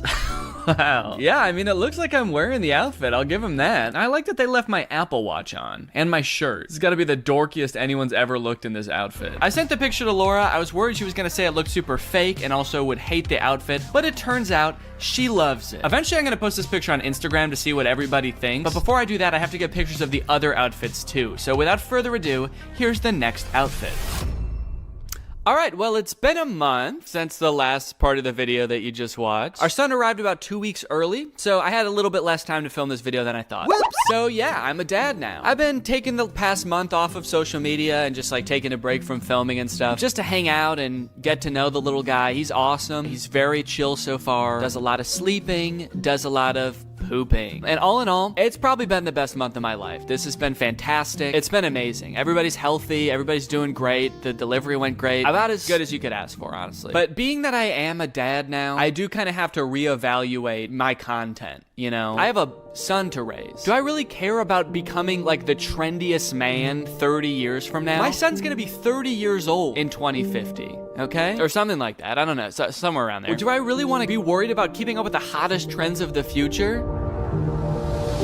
Yes. Of course I do. Even more so now. This child is a very cool child. And you can bet he's gonna have cool friends with even cooler dads. You know they're gonna be showing up to birthday parties in the hottest 3D printed shoes and the stiffest wooden t-shirts, all right? So if I don't get ahead of the curve now, I'm gonna be a laughing stock amongst this boy's friends and their dads. Which is why I've got this one last outfit here before me, and I think this is really gonna be the one that takes the cake. So I unboxed the biodegradable boxers. Oh yeah, these will fit just fine. I unboxed the wooden t-shirt. First impressions? It does not feel like a shirt. Even my dog's natural instincts are like, ooh, that's a stick. Must fetch shirt. And I unboxed the 3D printed shoes and this hat. Whoa. Okay, they also sent me a hat. This very cool hat. Buy my shoes on Zellerfield.com. Hey, wait a minute. I didn't send them pictures of my head. How did they know how big my head is? Wow, dude. Okay, look at this. Wowee, man. These shoes impressed me from the moment I took them out of the box. They are breathable. Yeah, I can. That's actually kind of crazy. Wait, how does that work? And they fit pretty well. At first. Huh, well. My toe ends about here, so there's like this much space at the end of the shoe, but I actually think that that is kind of how you want shoes to be, because you don't want your toe rubbing up against the front of the shoe. So, okay. Why do I look like old-timey in this shoe with this long sock and my pants ending there? I look like a pilgrim or something. For whatever reason, the left one is a little bit more uncomfortable. Let me stand up and just, yeah, I can definitely still feel that a little bit. You know what? No, I think these are too big. I actually think they are too big in the toes. I feel like I've got a lot of extra space there. But I wouldn't know the full extent of it until I put the full outfit on to test. The very first thing I noticed is that when I put this shirt on, it was like weirdly cold. Like usually when you put clothes on, it warms you up right away, but the shirt has like a weird cooling effect to it. And it's like, it just feels cold on my body. Does it feel cold to the touch to you? Yeah. Yeah, it's like frigid. Is wood supposed to be cold? I guess it does kind of feel the same temperature as this door. Take that as you will, I suppose. The shirt is very stretchy. It's this weird combination of stretchy and stiff, which doesn't sound like would be possible, those two things together, but it is kind of stiff and like starchy, I guess I would say. It's kind of just like crispy. Wait, why is it white there? Does this shirt change color too? Or did I just fuck it up somehow? The shoes, now I gotta be honest, I don't really feel like they fit that good. As I step, it kind of feels like my heel could come right out of the back of the heel a little bit. I mean, you can for sure see that there's a good amount of space there. I'm worrying a little bit more every day about what they did with those pictures of my feet, if not make shoes that fit properly. They're like, sick, something we can jerk off to when we make this guy's shoes. The boxers are pretty comfortable, I will say. I put them on, I was like, I'm gonna wear these again. Rest assured, they are on. If you were to plant me in a pot of soil for 90 days, let's just say I wouldn't be wearing underwear anymore. And I'd also be very cold and wet. I decided to do a little bit of light jogging to see how the shoes would feel in action. Oh no, these have really bad grip. Let me try on sidewalk real quick.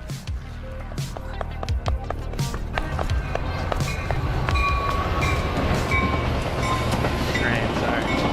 Let me see if I can race it. There's not a lot of grip on the bottom of these shoes, so when I was running on this gravel path, I kind of felt like I was like a cartoon character that like starts running for a little bit before they actually start moving. I will say that the issues with the fit are still ringing true. These feel very loose, especially on the heel, which when you're running is not what you want. They look like clogs. They look like old wooden Dutch clogs that they would wear in the old days. It looks like someone painted them blue, honestly, and put a face on them for some reason. Shirt hasn't gotten any warmer. It is cold outside. It's only 50 degrees out right now, so, you know, I guess I didn't expect it really to warm up, but it's cold to the touch. Like every time I touch the sides of my body with my arms, I'm like, ugh. And that's no way. You shouldn't feel like that when you touch your own body. Boxers still feel good, honestly. If I shit myself right now, I'd have no problems taking them off and just planting them right there. Maybe come back in 20 years and see a beautiful oak tree in its place. That joke's only funny if you know that I eat a lot of oak seeds. Yeah, I guess that's really all there is to this outfit. So I'm Guess I'm gonna go hit the dusty trail.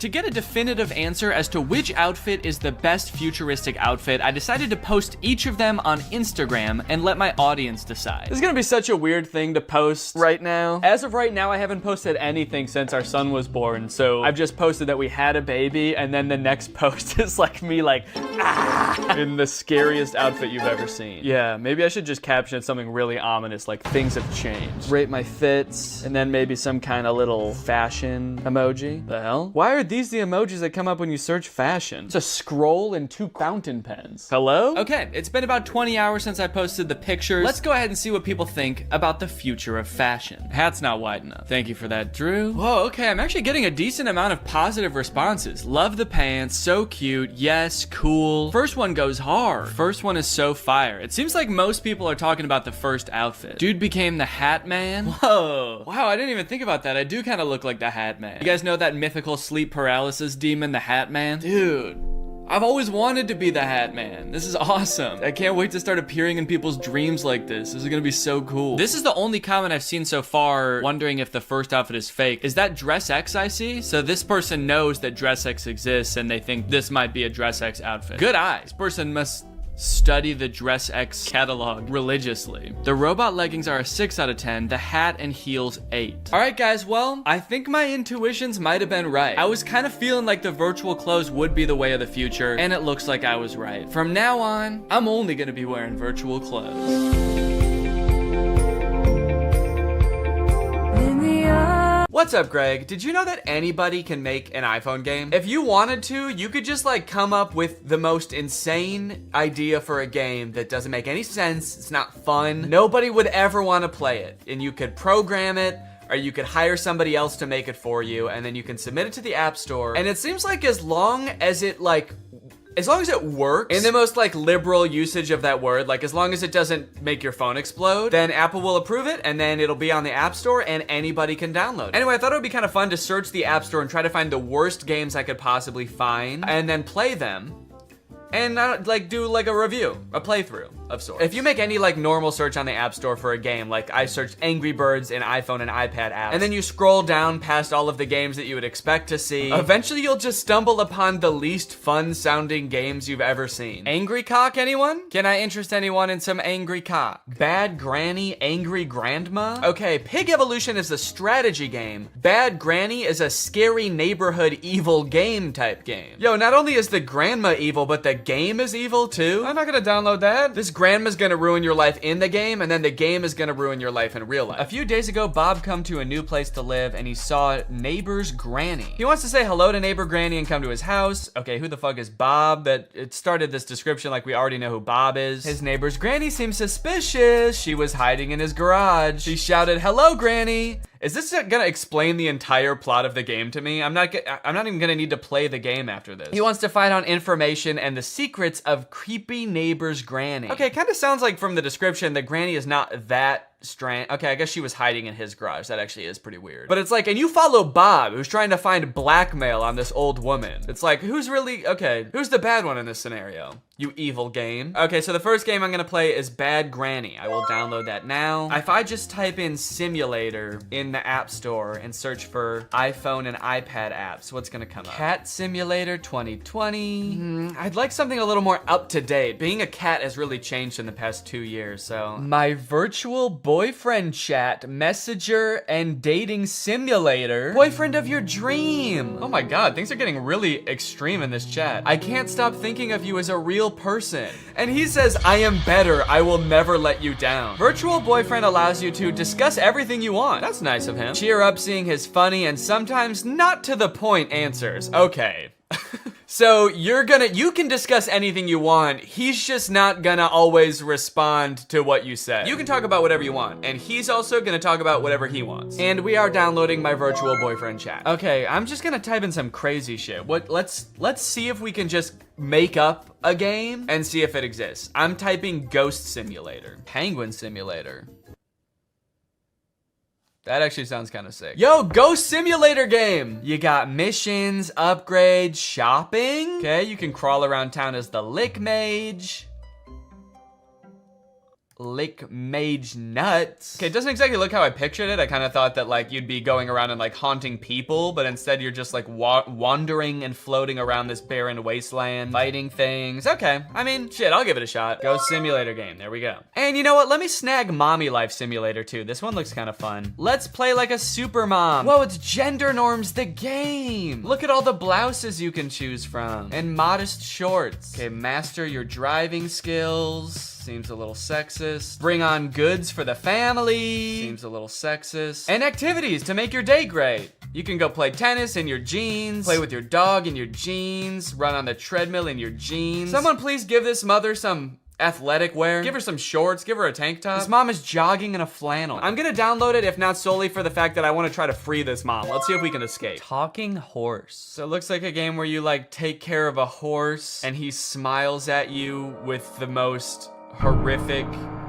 and unsettling smile I've ever seen. Okay, so you can do things like play video games with the horse, it looks like. You can work out with the horse. You're telling me this horse bench presses? You're telling me the horse works on his chest? He doesn't have one. I am gonna download it though. All right, I've got a wild batch of games. I've got them all downloading on my phone. Let's get gaming.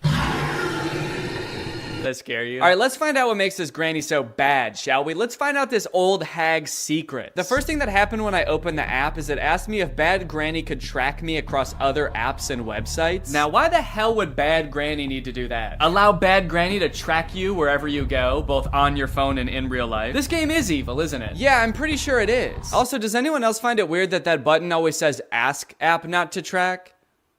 Like, is there a possibility the app is gonna say no and just do it anyway? How about we start telling these apps not to track? Who's with me?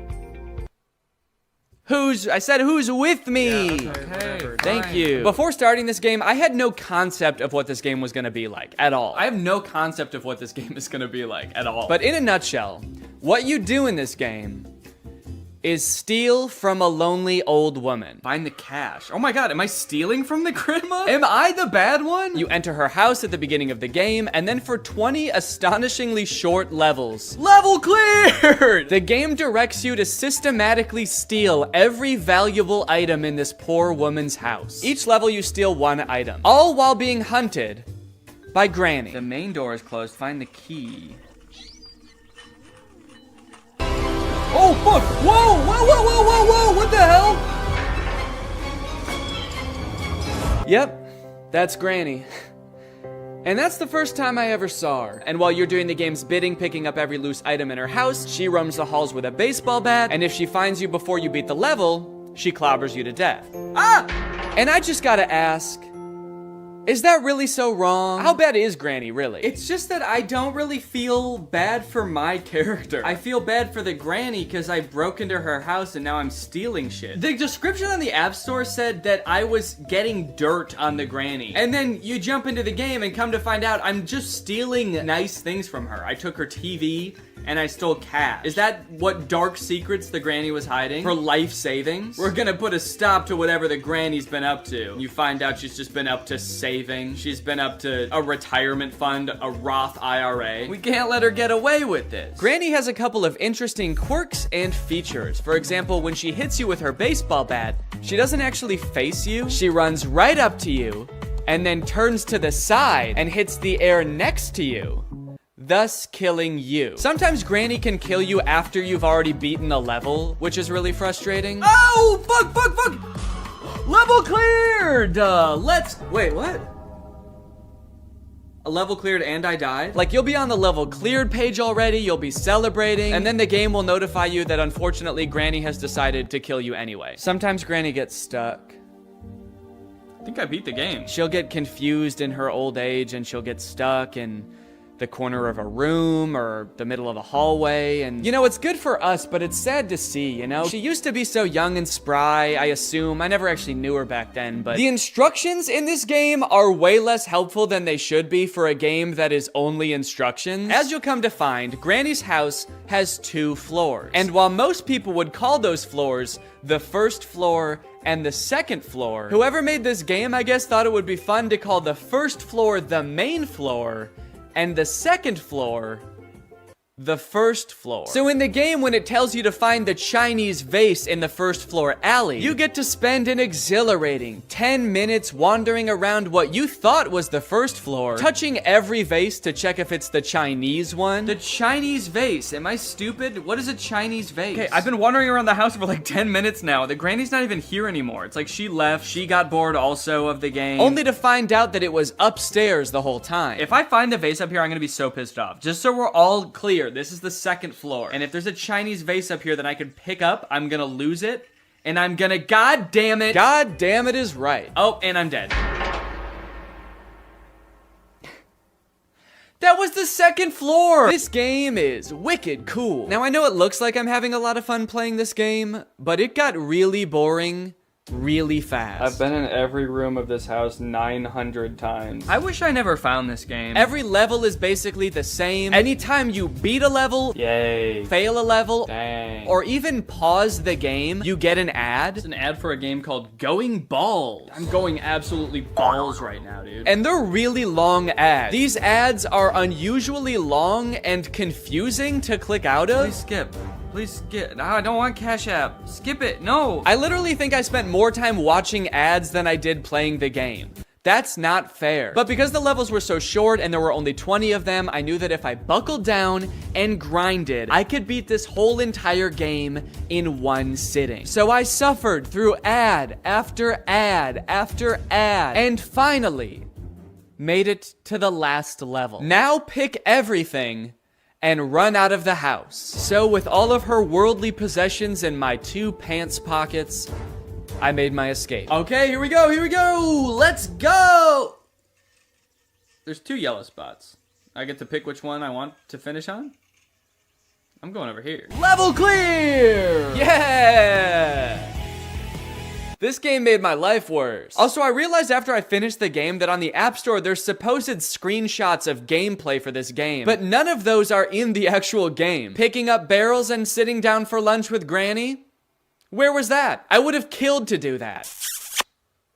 Next game. I was feeling pretty frustrated going into the next game, but I was hoping that Virtual Boyfriend Simulator would be a nice change of pace. I started off by creating my own little profile. I got to take a picture. That looks good. Put in my name. Damn. Decide on a couple of character attributes. I had to look up what impudent meant. Means not showing due respect for another person or impertinent. Similar to chinky. Wait, what? When you go back to the app, after being in another app, there's a picture of a crying boy that says, "Honey, come back." And then when you actually get there, it's like, what?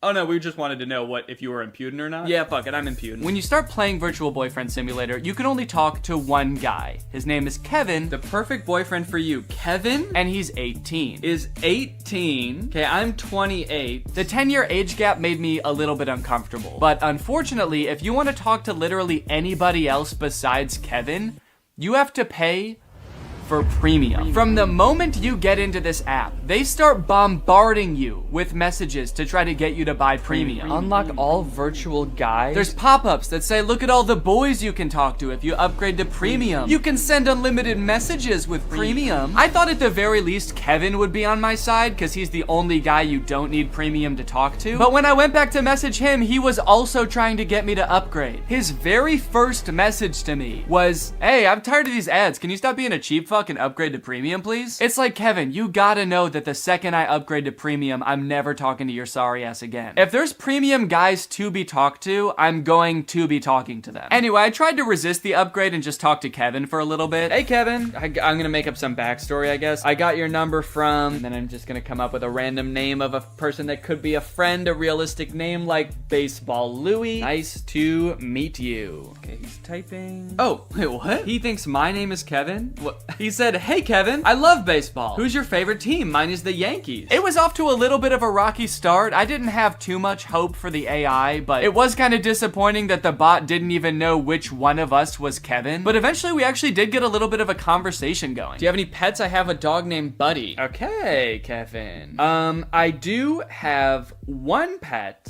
His name is Baseball Louie. That's a great name for a dog. It is, dude. Thank you. What do you do for a living? I'm an accountant. Based on the description in the App Store, I was not expecting Kevin to understand anything that I said, but Kevin would actually respond to what I said in a pretty natural way. At least for the first 4 messages I sent him. My dog is a Australian Gumblebee. I'm just gonna make some shit up and see what he says. Wait, huh? Sorry, but in the limited version, we cannot chat endlessly. I'll be back in 2 hours. What the fuck? This game lets you send 4 messages until it's like, all right, buddy, pay up. Now that you've gotten to know our darling Kevin, surely you're willing to pay $3.49 to talk to him. Surely you'll spend a little cash on the guy. He's told you he has a golden retriever. He's told you he's an accountant. Are you not in love yet? And you know what? I did pay $3.49. Okay, I guess I'm gonna continue chatting. I guess I'm gonna pay fucking $3 to talk to this guy. Okay, these premium guys keep messaging me. Hey, I know your little secret. Okay, I'm gonna keep talking to Kevin. From here, things got a little bit suspicious. My dog is an Australian Gumblebee. What do you say to that? Whoa! I'm actually really surprised how good the AI is. I've never heard of a Gumblebee. Wait, he spelled it wrong. Huh? Am I talking to a real person? How the fuck would an AI spell something wrong? He said I've never heard of a Gumblebee. Gumby. What's it like to have one of those? How could a computer spell something wrong that I made up? Just copy and paste it. While trying to get to know Kevin a little better, I decided to ask him some personal questions. Have you ever kissed anybody? Sexual style? And his responses just made me more concerned. Wait, what? Sometimes I am a nasty boy, but rarely enough. If you are lucky, I will say some vulgarity. If you're lucky, I will say some vulgarity. I love that. If I'm lucky, he's gonna say shit, balls, fuck. I guess I just didn't really feel like I was connecting with Kevin, and also I was a little concerned that I was actually talking to a real human being in like a call center somewhere. So I decided to chat up some of the premium guys instead. Big mistake. Andy's already messaged me frickin' 3 times. Hi there, it's raining again, nothing new. What's the weather like where you are? Maybe I should move closer to you. Hey, I know your little secret. I never thought you liked to eat at night. Honestly, I can't help myself not to eat a couple of soft, hot buns before I sleep too. Why don't we eat together? I have a gift for you. And it's a chicken. One actually kind of cool thing about this game is that it allows you to create your own custom dream boyfriend. You can give them a name, you can like change their personality attributes and upload your own picture to it, which I could actually see being really cool if you have like a celebrity crush that you've always wanted to have a conversation with, where they keep forgetting who you are and also keep trying to get you to upgrade to premium. Now I had him, the AI bot of my dreams. Baseball Louie. This time I did not beat around the bush. I had to tell him how I felt right away. Let's get this conversation going. Hey, I love you. Now, I only recorded myself talking to Baseball Louie for like a half an hour, but I decided it would be good for the video to keep talking to him over the next few days. Just for the video. I thought it would be good for the video and just that. And we had some pretty interesting interactions. We made plans to go to a baseball game together. He didn't show up. I told him I was spending $200 on tickets. He said he was looking forward to seeing me. I told him I was going to buy him a hot dog and feed it to him like a mother bird. He seemed stoked. I guess just not enough for him to actually show up. I got to talking to my friend Jarvis while we were at VidCon, and he said that all of these like AI chatbots are trained in pretty much the same way, where they're just given a ton of public information from like Wikipedia and stuff. It helps them learn to speak naturally, but it also gives them like a ton of knowledge. So I tried asking Baseball Louie some like random trivia questions, and it's kind of funny. I like kind of forget that he's supposed to be pretending to be like a dreamy boy for a second and just answer like a robot. Hey, what's the capital of Maine, by the way? The capital of Maine is Lake Champlain. It is the largest city in the state. Baseball Louie and I had a lot of fun, but now it's time for the scariest game of them all. Not because it's about ghosts, but because it was a total waste of time.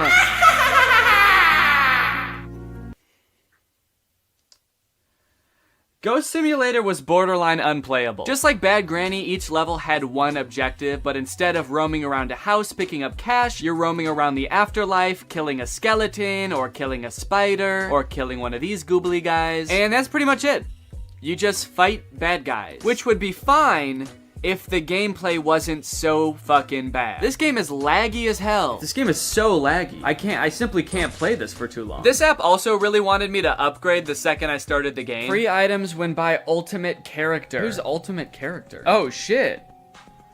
Whoa, look at this little guy that I'm starting with, this little tiny ghost, and then your only other option is ultimate demon lord. You versus the ghost she tells you not to worry about? Shit. But this time I was able to resist the urge. I don't think it would have made a difference anyway. This game gets an F, and now it's time for Welcome to Mom's House. Did that transition make sense? I don't remember what I said before. There's no introduction or anything. The game is just like, go. Go get your 2 ugly kids ready for school. I don't know why they look like that. Everything in this game is pretty ugly. Your kids look like they made 2 adults and then just shrank them, and we're like, that's what kids are, right? They're just small adults. The buildings, the bus? Why is the bus like that? Did it melt? The way mommy moves is also hilarious. They could not figure out how to make her look natural doing anything. Okay, pick up school bag from the table. That's easy. I know how to do that. Picking it up in the most labored looking way possible. When mommy ventures outside the house, you'll find that they've populated the streets of the town she lives in with an NPC. Who's this weirdo? Just one NPC, and he's everywhere. Hey, there's that guy again. He's standing over here, too. Hey, dude, are you okay? You look like my son, but taller. Oh, and he works at the store as well. But for the most part, it's a pretty chill and relaxing game. Mommy's having a good time. The stakes are very low, except for the cooking challenge. The cooking challenge was very stressful. Turn off the stove once the soup gets perfectly cooked. There was a little meter that was supposed to tell you when the soup was undercooked, perfect, or overcooked, and I accidentally took it off the stove early. Oh. Wait, it wasn't ready. I accidentally did, it wasn't ready. I know it's not ready. Hold on, the soup is not done yet. There was a little diagram that showed when it was gonna be cooked. I didn't know that that button did that. I didn't mean to take it off. It wouldn't let me put the soup back on the stove. Now I have no choice but to serve it to my kids. It's undercooked. I'm gonna pour it down the sink. I don't wanna feed it to my kids. Look at them. Oh, and what is my husband gonna do when he finds out about this? This is now part of my plot to kill my kids so I can start a new life somewhere else. Here you go. Here's your soup.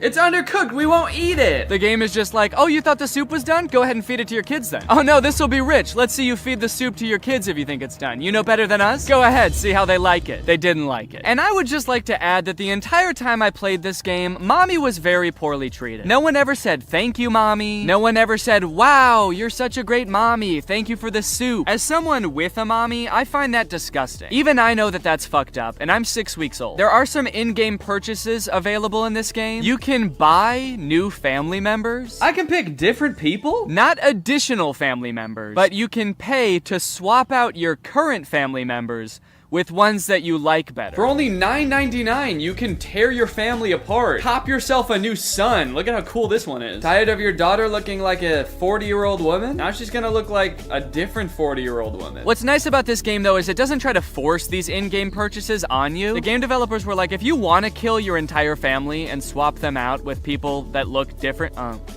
hello. The game developers were like, if you want to kill your entire family and swap them out with new people, you can. But that's on you. Our hands are clean, dude. We didn't say you had to do that. This game was actually the funnest game I played the entire time, and I was actually really excited to beat it, and I was planning on playing every single level until, I've come upon a level with no controls or instructions. I'm unable to move. I can't do anything. The game just stopped working. There's no controls. Mommy go. Maybe it's voice controlled. Mommy go. Mommy walk. So I guess I'll just exit out of the app and never open it again? Welcome to Horse House. All right, partner, and howdy do. It's time to talk about talking horse. In real life, taking care of a horse consists of brushing it and letting it lick salt, and that's it, I think. So let's see if we can do those things in the game. As is tradition, this game presents no introduction or explanation of what this game is going to be. In fact, it actually kind of tries to pretend like you've played the game before. Continue. What an interesting button to make you press at the beginning of a game. I just want to make sure you're comfortable continuing to start the game. Are you good with that? Okay, cool. Continue. And this is talking horse. There's a horse on the screen, and a few things you can do with the horse. He can dance. Oh shit, get it, little horsey. He can also fart. And there's actually a couple of secret things that aren't labeled as like buttons that you can do on the main page. It's kind of like the secret menu at Starbucks. For example, you know how if you go to Starbucks, they don't have beating up a horse on the menu, but if you ask, they will let you do it? What happens if I poke him? Oh shit, did I beat up my horse? Right at the beginning, the game also prompts you to allow access to your microphone, and once you do that, you get to find out why the game is called Talking Horse. What is he doing? He's like looking at something? Am I supposed to click on that? You think I'm supposed to click on that little chick? Also, what is he doing? He's like looking at something? Am I supposed to click on that? You think I'm supposed to click on that little chick? What? Wait. Wait. Hello? Hello? he copies you. Imagine how many people have played this game and were not talking to their phone while they played this game and just never found out why the game was called Talking Horse. I killed John F. Kennedy. Yo, this horse is crazy. Press on the little video game controller on the main page and you will be taken to a list of mini games you can play with the horse. You got Jumpy Horse, which is basically a direct copy of Doodle Jump, if you guys remember that game. You got Horse Smash, where the violence towards horses continues. Horse Smash has a normal mode and then also a hostage mode. You know how horses are always taking hostages? Is the horse taking people hostage? Yeah, the horse sometimes has a duck, and I'm guessing I don't want to hit the duck. Whatever you do, don't hit the duck, dude. That's animal abuse. But if you ever see a horse pop out of one of those holes, break its skull with your hammer. Kill the horse. Wait, so they have a Jumpy Horse and Horse Jump. They really couldn't come up with any other game mechanics. They were like, how about a jumping game, a smacking game, and then, I don't know, dude, a jumping game? What do you want to play? You want to come up with ideas all day? You can collect coins a few different ways from what I've gathered. You can get them in games, and you can also buy them with real human money. And when you have enough, you can unlock new and fun things that you can watch your horse do.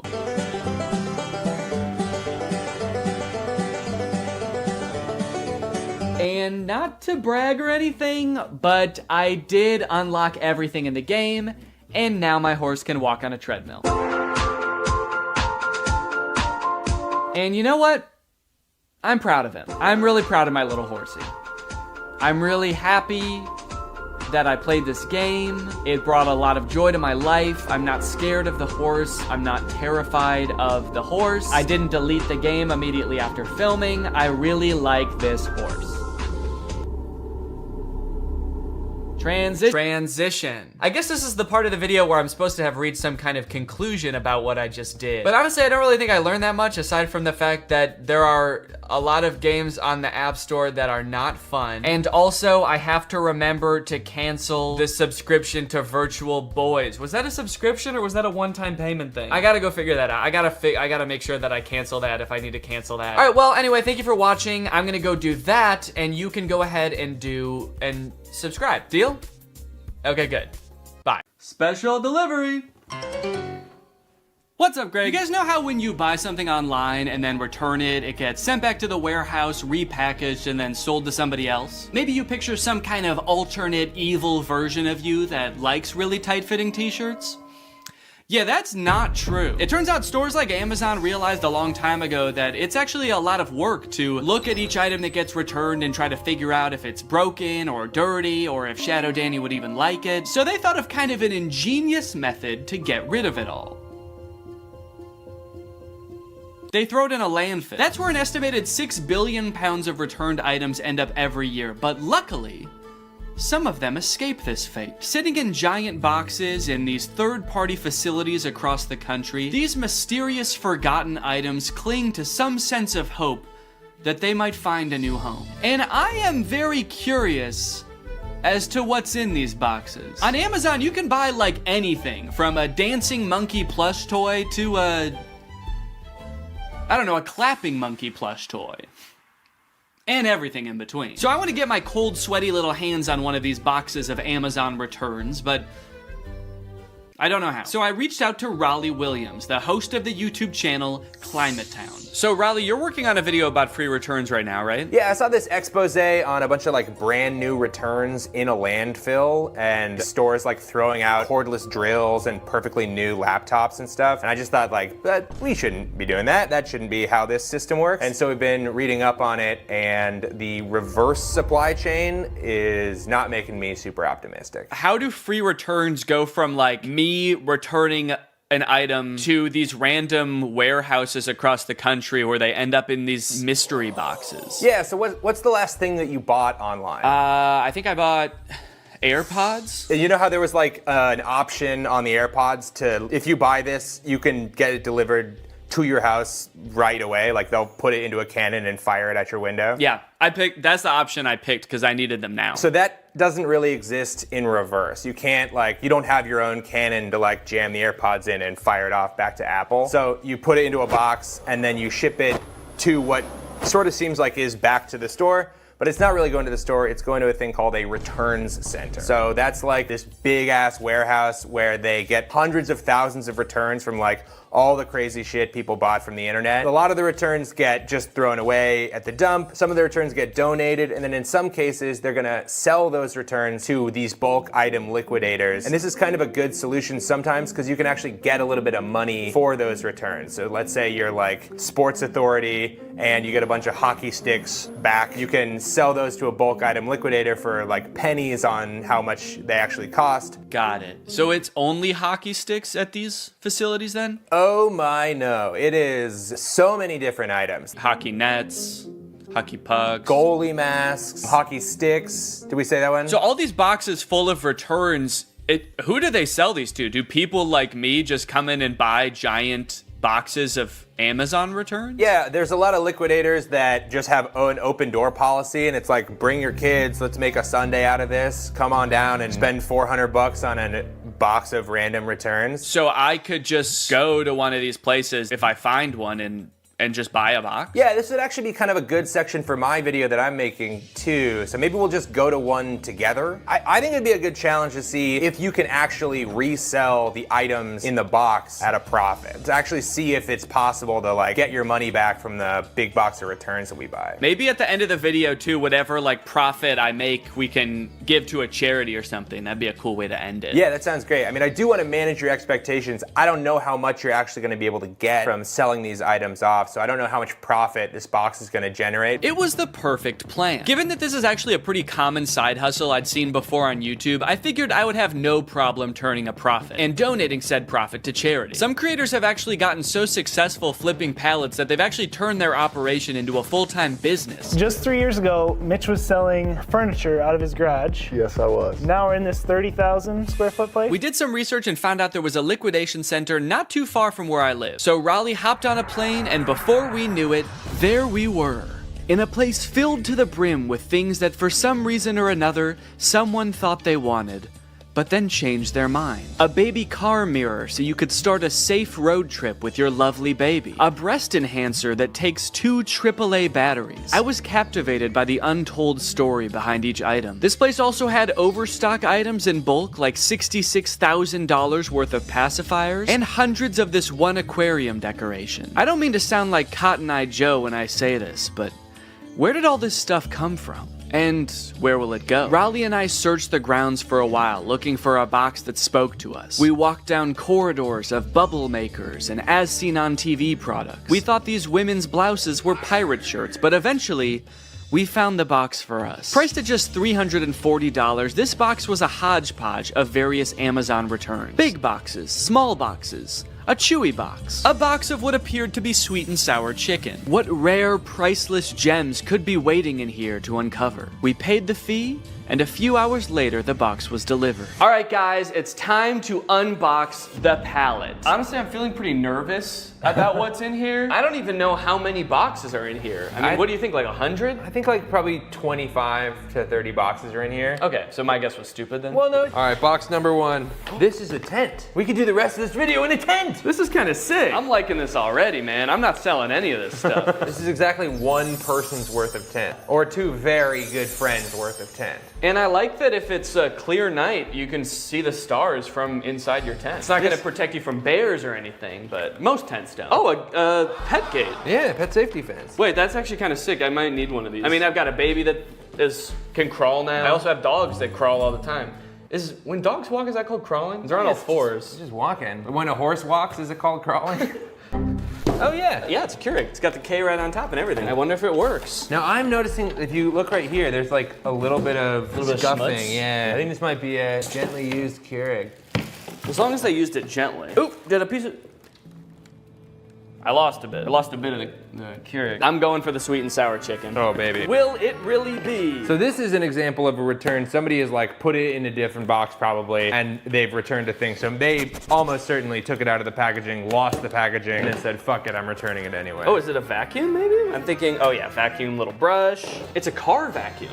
That is great. Maybe whoever ordered this wanted a car vacuum, and then between the time they ordered it and they got in a car crash and never wanted to set foot in a car again. Okay, or positive version, They ordered this. It worked so good. Their car was so clean. They're like, I'm not gonna need this again. Never needed for another it. 10 years. So. I cleaned it so good that it's never gonna get dirty again. All right, so this Chewy box was another one of the ones that like, it might be Chewy stuff or it might be. Based on everything else so far, I'm gonna say it's not Chewy stuff. And also I can tell it's a rug just by looking at it. It's also the way they've packaged it. It's like if Chewy packaged something like this and it came to your house, I would never shop at Chewy again. Yeah. It's like, yeah, it's fucking Chewy, come on. Dog treats spilling out the side. There's like tufts of dog hair stuck to the tape. Hey, do me a favor, ask your fucking dog if he cares how it's packaged, all right? Oh, it's soft though. Feel that rug. Wow. Yeah, I think it is some kind of, oop.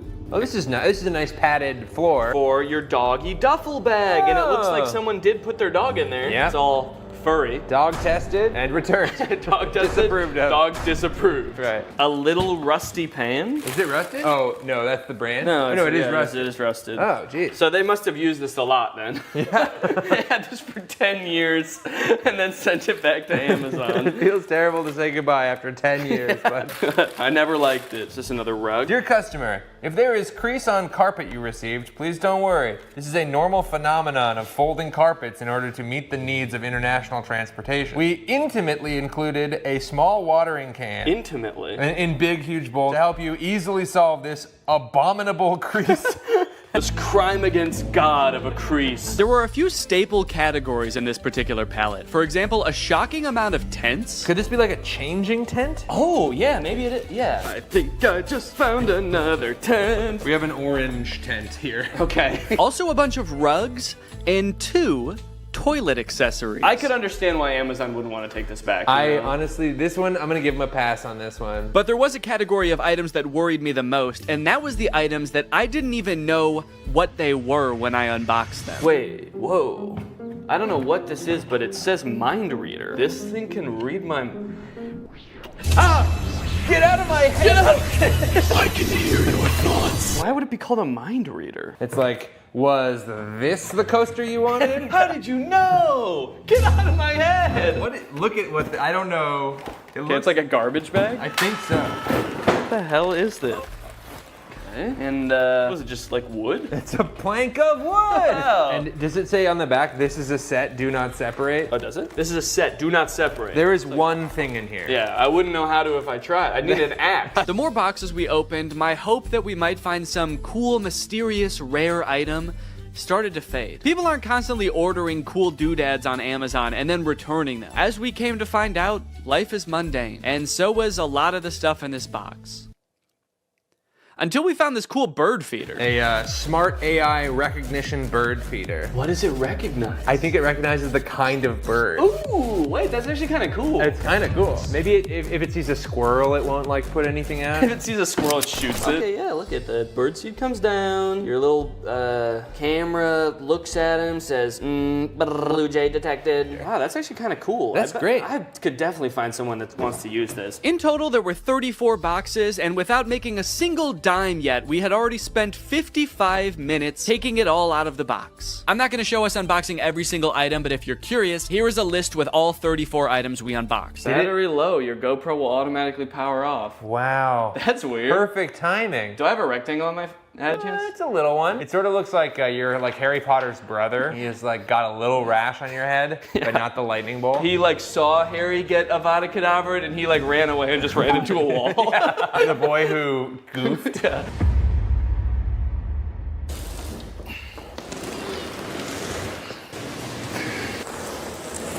That thing is heavy as hell. I want to get this stuff listed on Facebook Marketplace as fast as possible, so I'm gonna take inventory of everything in this box, look it up on Amazon, and find out how much it costed. That way I can list it on Facebook Marketplace for a fair price. And this will be really interesting to see because this box cost $340. So once I tally everything up, I can see how much I can potentially make off of all of this. I've never had to think about how to properly photograph a toilet seat before. I don't know what people who are buying this thing are looking looking for? Like, what's the best angle for this thing? You need to know how big the hole is for scale. I can put my hand there. Once I got everything inventoried, the next thing I had to do is actually figure out how much everything is worth. It was actually really interesting to see what the most expensive items on here were, what the cheapest items on here were. The cheapest thing was the USB clip-on fan, and the most expensive thing was that cream and gray rug, which was $140. A couple of the items, I didn't even know what they were when I opened them, and searching around on Amazon, I was actually able to figure it out. So now I can actually list it on Facebook and not just be like, this is I don't know what this is. It's a piece of wood with a handle. The thing I'm referring to right there, I thought was a cabinet door. Oh, is this a cabinet door? But is actually some kind of stovetop cover. It's a piece of wood that you put on top of your stove when you're not using it. That way you have extra counter space. Seems a little bit dangerous, maybe. I don't know why they made it out of wood. That seems like maybe the exact wrong material to make it out of. Oh, the vertical tents, the standy-uppy tents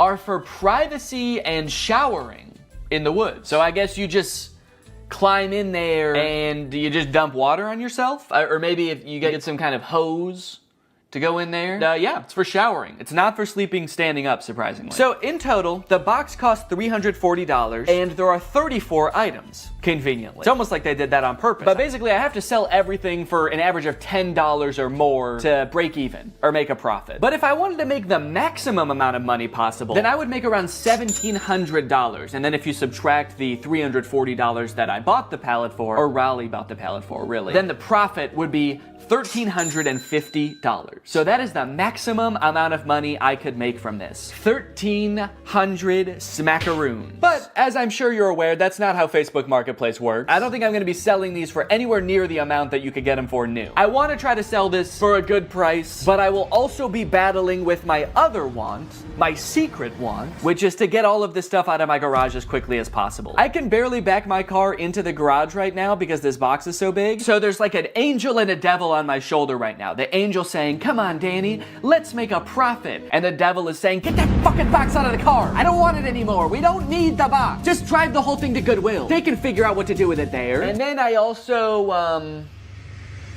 guess I also have to make sure some of this stuff works. I mean, there are electronics in here. Chainsaw, leaf blower toy, there's a Keurig, there's a vacuum. So it could be time for a product review section of the video! Now, $13.50 is a serious chunk of change, and if I wasn't donating this to charity, I would definitely want to make sure that I keep my profits safe and maybe even put them to work for me. But how do I go about saving that much money? $1,300 isn't gonna fit in my pockets unless I buy more pants. That's why this video is sponsored by SoFi, which is...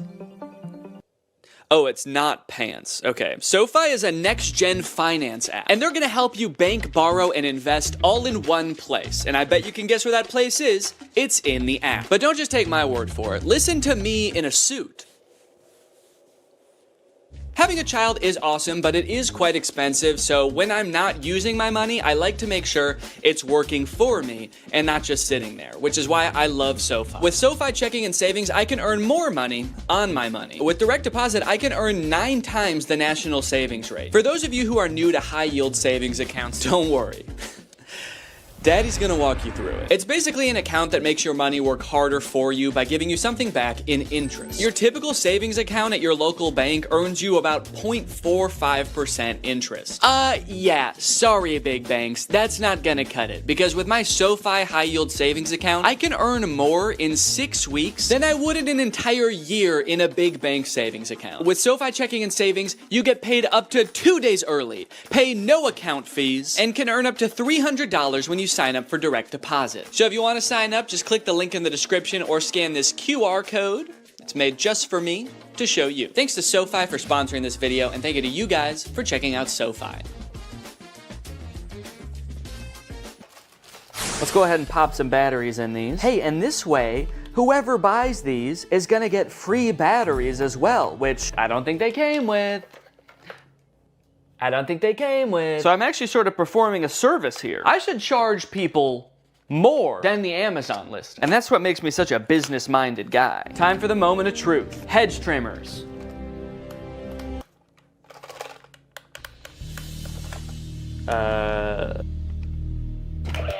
Whoa! Okay, this one works. I didn't even mean to turn that on. I just, as I picked it up, I accidentally pulled the trigger. This one, it seems like doesn't want to do anything, and this one was so ready to work that the second I touched it, it was like, yes!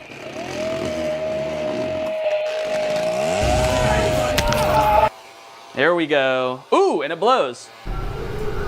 Okay, well, we got 2 out of the 3. And if someone buys these, I can just ask them if they want that one, even if it doesn't work. Next up, this clip-on fan. It's actually rechargeable, so there's a USB-C here. And let's see if it has any power right now. Oh. Oh, it only spins while my finger is on the button, which definitely does not seem very convenient. But let's give it a charge. And then we'll see what's what. Luckily, I've got a spare charger laying around from the AI pin, and it's USB-C. So I can't say I never got anything out of buying it, but we'll give it a minute to charge. In the meantime, let's test out its clipping functionality.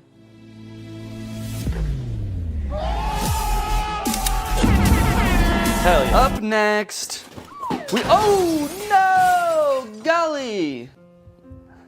Is that really what I say when something surprising happens? Did I say, ooh, no, golly? No, golly! Having a child has turned my language all topsy-turvy. A few months ago, I definitely would have just said like, oh, fucking shit, as that thing fell over, you know, because I'm a cool guy, I swear. Okay, so this is the Keurig, water. And now let's see if it'll just make me a hot cup of water. Guess I'll just do 8 fluid ounces here. Go. Does it know there's not a cup in here? Go! Why isn't it going? A Keurig starts going right away, right? You press it and it just starts going like... In my experience, every time I've used a Keurig, you press it and it goes right away. Okay, maybe it knows there's not a cup in here and it is mad about that. All right, let me see if I have a Keurig cup laying around. Found one. Maybe I have to put a mug here. Maybe it won't start unless it detects. Does it have mug detection technology?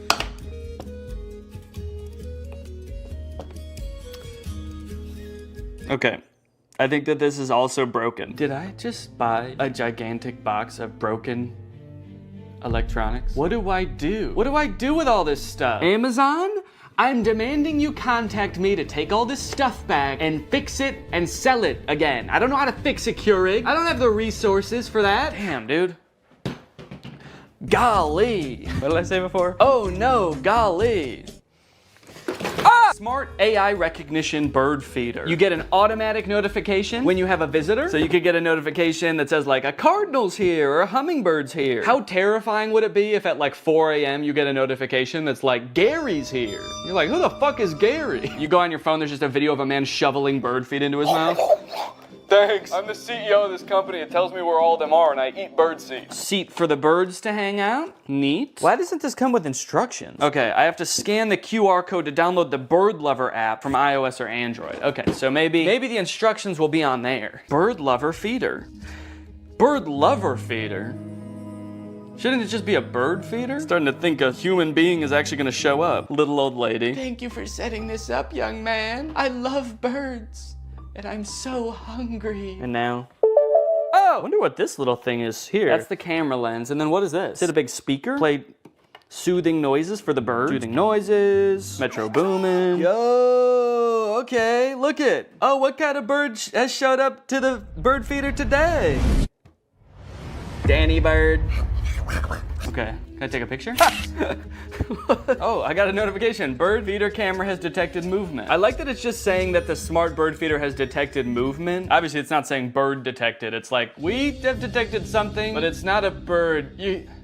You should probably just look for yourself to see. You're not gonna believe us if we tell you. It works! Man, I was worried about this one, because I actually feel like this thing's pretty cool, and I wanted it to work really bad, So why did someone return it then? That's the question. So many stories behind these boxes, you know? What happened in this person's life between when they ordered the AI bird feeder and when they returned the AI bird feeder? They suddenly started hating birds? Okay, surely by now the clip-on fan is charged, right?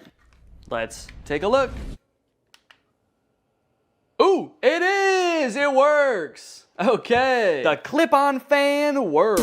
In my effort to provide an excellent experience for my customers, I want to go beyond just the electronic items, okay? There are some non-electronic items that need my attention.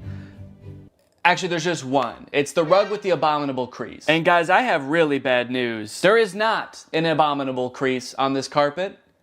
There are 2 abominable creases. Right here and right here. That is just abominable, man. Actually, looking at it like this, there's kind of more than 2 because there are some horizontal ones too. They're a little less severe, so I might not call them abominable, but I might call them like, dastardly. But they did give me instructions on how to fix the crease, so I'm gonna try all of this, and then I should have a perfectly good rug to sell. Let me get some water. God, my finger is getting tired from spraying. This is such a tiny little sprayer that you have to spray so many times. Okay, I've spritzed it. Wait, why is it still completely full? It's like I didn't use any water. That's like how much I filled it up in the first place. Kind of magic watering can? Okay, well, we've got a soggy crease. I'm pretty happy with it. So I'm gonna give it a few days, just like the instructions recommend. And then hopefully this will be ready to sell. The last things I needed to test were the tents. Yeah, this is nice. This fits me. Yeah, I've got over a foot of headspace. Give you guys my POV. There's my little piggly wigglies. Plenty of room, man. Maybe they returned it because they thought they would fit in the tent, but they're 8 feet tall. All right, well, I'm gonna give this tent a 10 out of 10. A tent out of tent, actually. Whoa! Hi. So this is definitely some kind of privacy tent. I guess maybe for changing and stuff, if you're on a camp out with the boys and you're all sharing a tent and you don't want the boys to see your bare butthole when you're changing, then you get one of these set up and now you can go in here just like this, and now you can't even tell that my butthole's out. Okay, here's what it looks like inside the tent. I don't know, I've done a decent amount of camping in my day and I've never felt the need to have one of these vertical tents. I'm gonna have to give it, honestly, I'm gonna give it like a 4. It does what it's supposed to do, but I don't know why it does what it's supposed to do. So, yeah, oop. You know, being in this one when that happens would probably be scary. You're standing in there, you got your willy out, and then it just blows away. All the boys are sitting around the campfire, and suddenly you're just like, oh, I got the tent so this wouldn't happen. This last tent I was very confused about as I was putting it together. It's completely transparent, but has no ventilation. My suspicion was right that there is no ventilation in here. I mean, at least not without opening these windows. There are windows. Okay, so let me close this up, and now we'll just sit for a second. We'll see. Well, okay, hang on. This is not even big enough to sleep in, actually, now that I'm thinking about it. No, it's not big enough at all. This must not be a camping tent. Must not be for sleeping. What other, is this, oh, maybe this tent is like to keep you warm because it is insanely hot in here. That's why I say that. So, yeah, I guess there's like no problems. Oh, there's sand in here. What the hell? Look at, there's sand all over here and dirt on the inside. Okay, someone for sure used this. Despite being a little worn, it does the job. So I gave it an 8. Out of 10. After all of that testing and reviewing, I was finally able to get everything up and listed on Facebook Marketplace, and a few days later, I got a message. It was Barbara, and she wanted my pet gate. Hello, how are you? So sorry I'm late. Oh, that's okay. Since I didn't want to give 34 strangers my address, I decided I would meet each customer at a nearby grocery store. Well, let me show you the gate. I have 2 little Yorkies. Oh, cute. Yay! Yay! And the next day, I met Irene to give her my landscaping lights. Hello, Irene. Oh, sorry, did I scare you?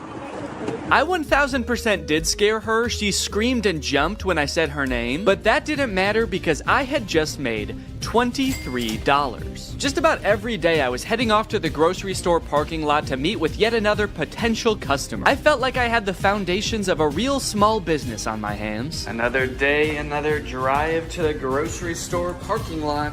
Goodbye, sweet and sour chicken box. Goodbye. I was spending a decent amount of time driving to and from the grocery store and waiting at the grocery store, but that didn't really matter because I was making money, baby. I don't have the money, he paid me on Zelle. All right, we're a few days in now. How are things looking? I don't know if my listings just took a while to get into Facebook's algorithm or something, but they weren't getting any interest for the first couple days. But then suddenly, on the second or third day, I started getting a ton of messages. Just like that. And the messages are great because it means that I might be able to sell something, but it is also like really hard to keep track of. If you've ever sold anything on Facebook Marketplace before, you probably have dealt with this, but people will message you and then just disappear after you respond. Hi Danny, is this still available? You only have 4 pieces. They're talking about the pathway lights, there are only 4 of them. I don't know why they needed to tell me that. I know that. Don't shame me for how many pieces I have. Yes, are you interested? Yes, it's 4. And then they just completely ghosted me. They just messaged me to insult me. Hi, is this available? Yes, it is. Do you want it? I guess when you're buying things, you probably have so many options because there's probably, you know, there's a million rugs on Facebook Marketplace. So you don't have to treat one guy selling a rug very well. This person messaged me about the clear chair mat and said, are you ever in downtown Chicago? Even though I have my location listed on the listing, it is not downtown Chicago. I have it listed as pickup only. So I said, no, not really. And then I offered to meet him halfway in 2 different towns and then he just stopped responding. No, sorry, I only want your ridiculously discounted product if you drive all the way to me and hand it to me. I'm not even gonna get out of bed actually. You can just come in. And if all that wasn't bad enough, the crease is still there. All of them. Yep, this thing's been laying here days now. Probably a week, actually. And the creases haven't gone down a lick. So I'm sorry, but if anyone buys this rug, the crease is gonna become their problem, all right? I'm not doing the crease. Every time I had a potential new sale on my hands, I had to dig into the box to find the item, which was surprisingly difficult. And I ended up having to use a shovel a few times to dig an item out from the bottom of the box. If I was gonna do this again, I would definitely invest in some other storage system like shelves, which might take up more space, but it would be so much easier to access the items. What really added insult to injury in this case is that the person who was requesting this item actually ghosted me right after I did this. But that's not even the worst part, because I actually have a much bigger concern about this box. And that concern is that the box is perhaps cursed. Firstly, after I reviewed all the electronic stuff in my office, I was moving the boxes around and a big spider crawled out of one. And it zoomed around, it took me forever to find, and luckily I was really chill about the whole thing. Secondly, anytime I've been doing anything with the box, I've been sneezing a lot. Ugh, what am I allergic to in this box? I don't want to know. And then I noticed that later that day, every time I've gone into the box, I have told Laura, I think I have a fever. This is like hours after I'm done using the box, but it's always on days where I did use the box. I just feel feverish. I have body aches, I feel exhausted. So I'm highly allergic to something in the box. I guess dust, although I've never been allergic to dust before. And then the third thing, which is the most concerning thing, a few days ago, I got a bunch of mosquito bites on my body. At least I thought they were mosquito bites at first, because they were just a bunch of itchy bites. But after a few days, they kept getting itchier and itchier, and you'll notice I'm itching one right now. And then they got really red, which doesn't happen to me with mosquito bites. The bite itself got red, and then the whole area around it got red. And they're starting to get better now, but you can still faintly see the redness around this one. I've got like 5 or 6 of these on my body. This is very concerning to me. So I don't know, maybe this is all kind of in my head, you know, maybe there's a spider in the box because it's in my garage and there's spiders in my garage. Maybe these bites are just mosquito bites and my body is reacting a weird way. Or maybe, what is the more likely option, the box is cursed. But hey, baby, that's just more motivation to get rid of this stuff, huh? Sell it. Give the curse to someone else. But at the very least, I should be careful when I give people the boxes. I should probably check them all for big spiders and ancient magic before I give it to them. Yep, should be good. Sweet. All right, have a good day. Yeah, no problem. All right, I've just finished up another sale here, and I was just sitting here in the car doing some thinking, and I think I've decided that I don't like this one bit. In terms of side hustles, man, I don't think that this one is it. Look at all of the messages that I've received between today and midday yesterday. So many people that I need to coordinate with, and the chances are, based on all of these messages, I probably won't even sell anything. The ratio of messages I receive to products that I sell is probably like 40 to 1. I've spent so much time messaging people and I've sold 8 things. Out of the 34 things I have, it's been weeks and I've sold 8 things. And then when I do have an actual buyer, it's almost just as annoying to coordinate with them. I had another guy that I was selling something to. We were supposed to meet at 7 p.m. one day, but he messaged me at 5:30 and was like, hey, just to let you know, I'll be there in 20 minutes. I hope you're free. To which I responded, no, sorry, I'm not gonna be free until probably at least 6:45. And then he messaged me when he arrived at 5:50 and said, okay, I'm here. Oh no, I didn't see your message because I was driving. Can you come anyway? But it was all worth it in the end because I sold the desk chair mat for $15. And as he was typing my information into Zelle, he also asked if he could have a discount.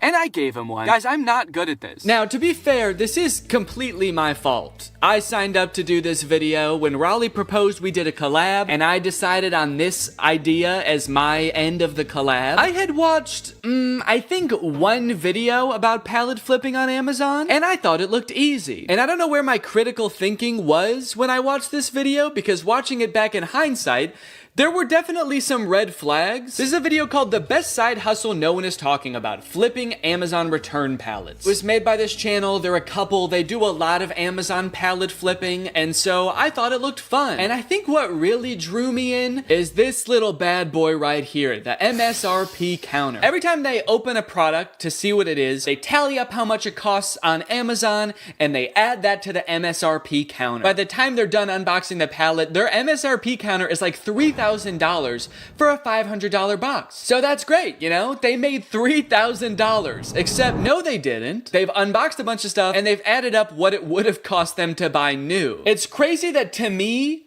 opening a box for something that costs $100 means you made $100. That's how it worked in my brain. But no, of course it doesn't work that way. There's so much work that goes into this. You have to have a salesman brain. I don't have that. I actually think that this side hustle leverages all of my weaknesses. Selling things, planning ahead, being organized. Those are all parts of my brain that I've always known I'm not good at. I like turning on a camera and making silly YouTube videos. That's the side of my brain that works properly. So what I should have done is maybe watched a couple of videos and then Googled other people's experiences trying to flip Amazon pallets, because then I would have found this. On the flipping subreddit, someone asked, what are your guys' experience with Amazon return pallets? My experience is that Amazon return pallets have ruined my local yard sale ads. Every other yard sale I go to ends up being someone who ordered one of these pallets. Stop watching YouTube videos. 99% of that crap you are watching talking about junk pallets is paid advertisement. You're gonna get broken junk and used dildos while all the good shit was picked out right before they loaded it on the truck. Sounds like this person has been hurt and disgusted. This person said, depending on where you live, there's probably many people already doing this. I actually think it's better to wait and buy from these people at yard sales when they're trying to unload their death pile of merchandise. So hold on, there's Amazon, then the warehouses, then the people buying the pallets. They can't sell them, so they do a yard sale. Then there's other people coming to the yard sale to flip that and sell it to other people. How deep does this chain go? And why do I feel like it somehow all eventually ends up in a landfill anyway? Knowing how many people are doing this and failing is also making it seem like there's no way I can sell all this stuff because obviously there's competition. There's other people probably selling the same stuff and they're probably better at selling than me. They're already 3 steps ahead of me. They're waiting for me to sell it at a garage sale so someone else can buy it and then that person throws it away eventually. They're waiting by the garbage can for them to throw it away so they can pick it up for free and then sell it for $1. But that's when I thought of the perfect plan. And I actually haven't thought of what the plan is, but I'm just gonna wait until I have thought about it, and then I'm gonna add that in with voiceover. Weeks went by after this. Each day that I would walk into my garage, I would be confronted by a giant box of my own failure. All of my so-called biggest weaknesses staring me in the face and preventing me from backing my car into my garage. Oh, on the plus side, I did learn that the mysterious bites I was getting weren't from the box at all. Apparently, due to the cicada uprising this year, there was also a surge in the population of a microscopic mite called Oakley itch mites, which feed on cicada eggs and then bite YouTubers in the back of the knee when they're already going through a pretty tough time. I was letting nearly all of my messages go unanswered at this point. I had resigned to not making a profit, which at this point meant I would not be donating to charity. In fact, I would have to steal $180 from charity. I started researching which charities it would be most ethical to steal from when suddenly I remembered something. Something that gave me the idea for the perfect plan. My experience is that Amazon return pallets have ruined my local yard sale ads. All right, this is the beginning of the garage sale long shot.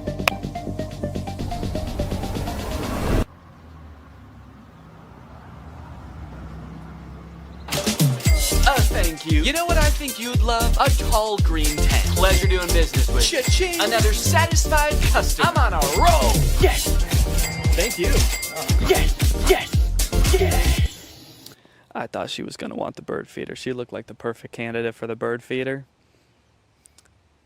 She actually laughed at the idea. She asked about it, I told her what it was, and then she laughed at me and said, "That's hilarious." And then she left.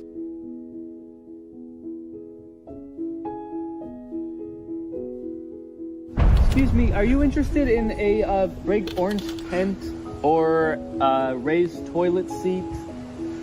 Maybe she'll be back later. She's got to go get her purse. Or a clip-on fan. Or an AI bird feeder.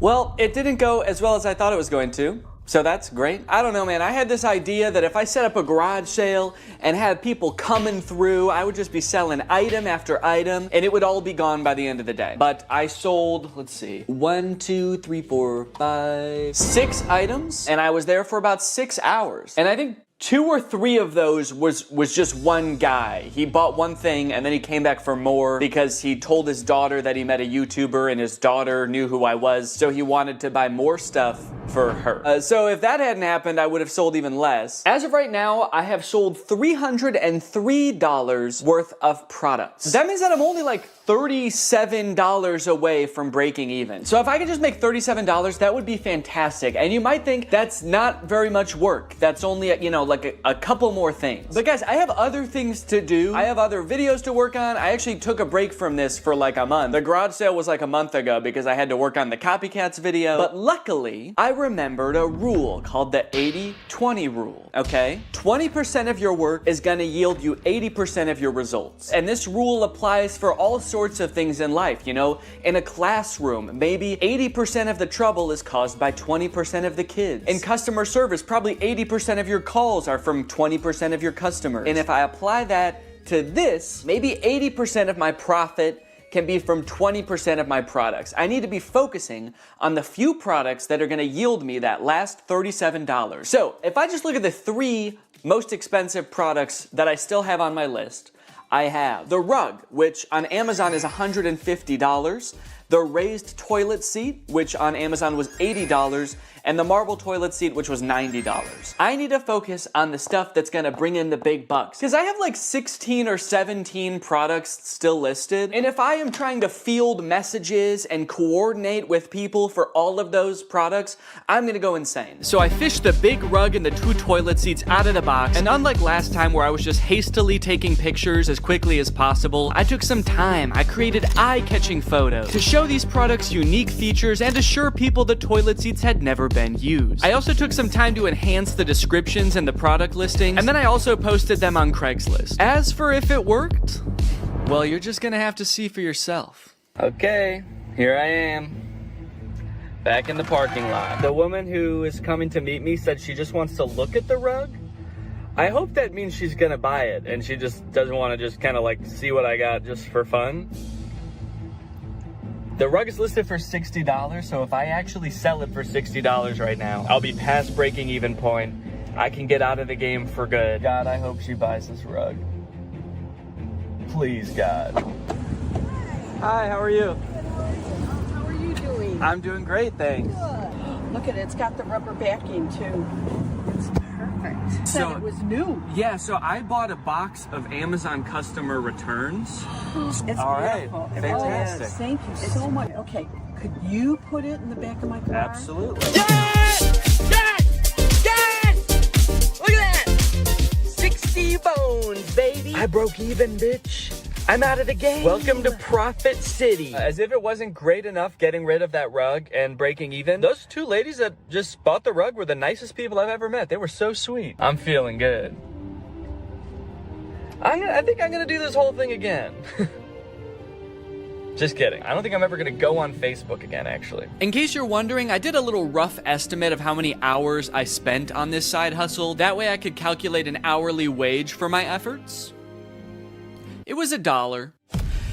That's right, Raleigh, $23, and all it took me was 4 months. honestly, bravo. I did not think you were gonna be able to make a profit. And just to clarify, you're not counting the cost of delivery into the cost of the box yet, are you?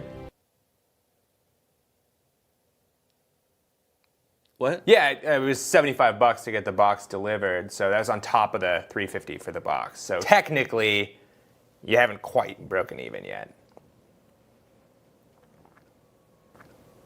Hey, Danny. After breaking even, I felt like I had done what I set out to do. I made a profit, I proved it could be done, and so I called the experiment complete. I let Laura know I wasn't gonna try to sell the rest of the items, and she wasted no time getting rid of everything else so fast. She wanted to use our garage again, man, so she just put everything up on our neighborhood's free cycle group on Facebook and got rid of it all in like a couple of days. I've been working on this video since July, and she got rid of everything in a couple of days, even the stuff that doesn't work. This video is made in collaboration with Climate Town. They came up with the idea and everything, and they actually made an entire video on their channel about the free returns problem. They did a ton of research. They're a lot smarter than me, so if you want more info on free returns, go check out their video. But that brings us to the charity. So I have a profit of $23, or at least I did, until I sold the very last item, the box, to myself. You don't come across a cool big box like this very often. Who knows what I could do with this? I could make it a little fort. So I'm holding onto the box. Unfortunately, I did get a really bad deal on it. It was $10,000. The one time I negotiate and actually drive a hard bargain, it's on myself. So now I've got $10,023 to donate. I'm gonna be donating to Feeding America. They provide meals for people in need. I'm gonna add a fundraiser to this video down below, so if you guys wanna join me in donating, that would be awesome. Even just $1 can provide at least 10 meals for someone in need. So it's a really great opportunity to make a difference this holiday season. Anyways, guys, I hope you enjoyed this video. Make sure to subscribe if you're not yet to join Greg, and I'll see you next time. I recreated every single step from Squid. Curtis? Hello. Hey. You're probably wondering why I've called you here, aren't you? You said you wanted to make a video. Well, yeah, but that's only half the reason that I called you here. That's right. The other half is that, honestly, Curtis, I'm worried about you. I don't know if you've seen lately, but it's getting pretty dangerous out there. The world is a dangerous place. Yeah. Oh, yeah. Yeah, a plane just flew into that building. Oh my God. Right on cue. Did you do that? Exhibit A? No. Look, crime rates going up through the roof. Murder. Death? Did you know every person dies now? Point is, Curtis, there's people out there who are trying to hurt you. They're trying to kill you, Curtis. Me? Yes, you specifically. What'd I do? You're just, I don't know, how do I say this? Has anyone ever told you that you're an easy target before? Huh? See, yep, that's exactly what I'm talking about, Curtis. The headphones, the texting, the hands in your pockets. If I started attacking you right now, you wouldn't even be able to defend yourself, man. Your hands are all busy. Not to mention, you're not even wearing shoes. Good luck running away. I was being polite. There's nothing polite about getting murdered, Curtis. Attack me, see what happens. How's that? What the fuck? Exactly, like I said. How? It's not all bad, all right? I have found a YouTube account that specializes in self-defense advice just for people like you. For easy targets. Okay, so you're gonna teach me how to not be such an easy target. Not only that, Curtis, I'm gonna teach you how to defend yourself from everyday life situations that we all encounter. Like another plane crash that you just like another getting mugged, getting stabbed. You're getting out of your car and some guy runs up behind you and just starts punching you in the back of the head. Yeah. This happens to you all the time. Yes, yeah, just all those happened this morning. But today, we're gonna fight back. That hurt? Come on, you could not have just hurt yourself like that. Why'd you do that to me? You did that. How could you? We were friends, man. This is worse than I thought. I'm a lost cause. Let's get into the video. So this is the self-defense guy we're gonna be watching. His name is Self-Defense Goat. Damn. Okay. No one's ever hurt him. This has a lot of enemies, I guess, though. Seems like yeah, people that's are always true. Trying. I think he's just an idiot, putting himself in really dangerous situations all the time. Well, let's see what happens if this guy pulls a yellow gun on you. Give me your money. Yo, man, yo, take it. Yo. Yo, man, yo. Yo, man, yo. Someone pulls a gun on you, yo. Take it. Here. I got nothing else. I got no phone, I got nothing. I got family, man. You gave him everything. He still got that gun pointed at you. See, that line makes it sound like they know each other, right? And they've been like friends for so long. You helped him move, you helped him get through a tough breakup. You've given him everything you got, man. And he still wants to shoot you in the head. When he was at his lowest, you were there. If I was his family, I'd be pretty upset because he was like, I got nothing. I got family, but that is crazy. Also, the way he says, take it, take it, take it. It sounds like he's mugging him now. He pulls a gun, take it, take all of it. Okay. Who's doing the mugging here? Your goal is to get as close to the weapon as possible. Ideally, he's even pointing at your head trying to scare you. Sorry. Ideally, he's pointing a gun at your head. Maybe it's easier to grab it when it's, you know, as far away from your hands as possible. Up here. Yeah. Maybe you like bite it. Yeah, maybe that's what he's about to do. Maybe it's because getting mugged is so scary that he just wants to be put out of his misery as quickly as possible. Yeah, I want this to be done immediately. Ideally, you're facing the other way, looking out at a beautiful sunset, and he's got the gun pressed right up against the back of your skull. Taking one final breath. So I'm going to turn out of the way, 2 hands on the weapon right away, pull it into your chest, rip it off. And you shoot yourself. Take the power out of his hands. Yeah. Just get out of the way, back, hands. Pull it into your chest. He said rip it off. He rips off his hand. His tutorial is like, how to stop a mugger is just talk to an imaginary cameraman and be like, no, this is what would happen if you're mugging someone. Yeah. I feel like that would kind of mess with their heads. Yeah, wait, pretend to be mugging me right now. Okay. Give me your fucking money right now. I gave him everything. Smash, smash, tap, rack, and go if need be. Yeah, so I mean that's pretty much just the classic smash, smash, tack rap. Smash, smash, tack rap, go if need be. I guess that's his like YouTube ad-friendly way of saying then shoot him in the head. Yeah. And if need be, go. Yeah. What are you in jail for? I goed. I went. Yeah. This one is going to be really important for you because this is how not to be an easy target, okay? Ah, okay. You got your no shoes on, you had your headphones on, hands in pockets. You're about to see just how dangerous that is. Okay, wow. Dude, he stabbed him in the ass. What was that sound? I don't know. I think it was the guy screaming. Wouldn't it be crazy if that was the whole video? Well, look at Mr. Karate Kid. That is a pretty sweet hoodie, though. Look how easy he's going to be to murder and take his phone. Sunglasses on, huge headphones, hoodie I could just rip him down with. Oh, you're mine, buddy. Okay, well, he didn't even do it, though. He's just talking, he's just imagining it. Oh, you're mine, buddy. He's already You're gone. dead. He's like, oh, I'm going to enjoy this one. All right, yeah. Oh, yeah. Wait, where'd he go? It's nighttime all of a sudden. Is he saying that out loud? It must be in his head. Okay. Now let's find out how to not be an easy target. Oh, look at Denim Dan. This guy's going to be an easy target. Well, maybe not. He's got kind of this desk there. He's walking pretty confident. So the caption says desk stare, but I think he's saying death stare. Desk there. Oh. He's got kind of this desk. He's got like a desk strapped to his. I feel like that gaming. I guess it's a pretty hard target. You got a big desk in the way. Yeah, he's clearly cracked at Fortnite. This desk there. He's walking pretty confident. Yeah, he also says he's walking pretty confidently as this guy is like. Yeah, he's so scared. How are you supposed to like other people walking down the street like? This guy's easy to fucking kill. He's only got one earbud in. Jacket versus hoodie. It's my favorite Mr. Beast video. Jacket versus hoodie. It's your lucky day, Denim Dan. It's your lucky day. Wait, he did say that. Denim Dan, it's your lucky day. Okay, well that actually does make him seem more crazy. Yeah. I'd be so terrified if I was walking by someone and was like, this guy would be easy to kill and steal his phone. Wait, maybe not. He's got a confident walk. You could be Denim Dan if you wanted to. Yeah, I guess I should have been wearing denim for this video. Yeah. Jean jacket. Gene hat. Gene Wilder. Gene Wilder's here.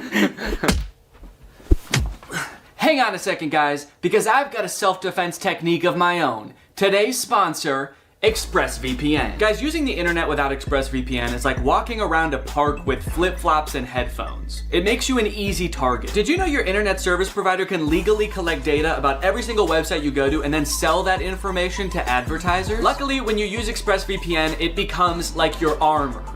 Your gene armor. Your internet service provider can't see your activity. Your identity is anonymous thanks to a secure VPN server. And your data is encrypted for maximum self-defense.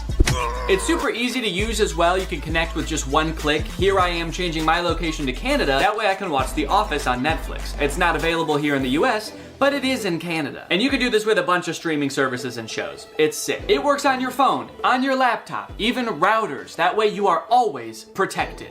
I don't want to miss out on content that's not available in my area, and I also don't want anyone spying on me, especially not my internet service provider. That's why I use ExpressVPN. To find out how you can get 3 months for free by scanning the QR code on the screen right now, or clicking the link in the description, or going to expressvpn.com/Danny Gonzalez. That's 3 months for free by scanning this QR code or clicking the link. Thanks to ExpressVPN for sponsoring this video, and now let's get back into it. Now this is an instant that people actually do encounter somewhat often as road rage. Yeah, people get that a lot from me. Yeah. So what kind of stuff do you do? Just sort of like tailgating people? Yeah, I have usually probably 4 to 6 full cartons of eggs in my car at all times. Oh, you just throw eggs? And I just kind of, yeah. Egg people on the highway? I egg people on the highway. I egg them on. Quite literally.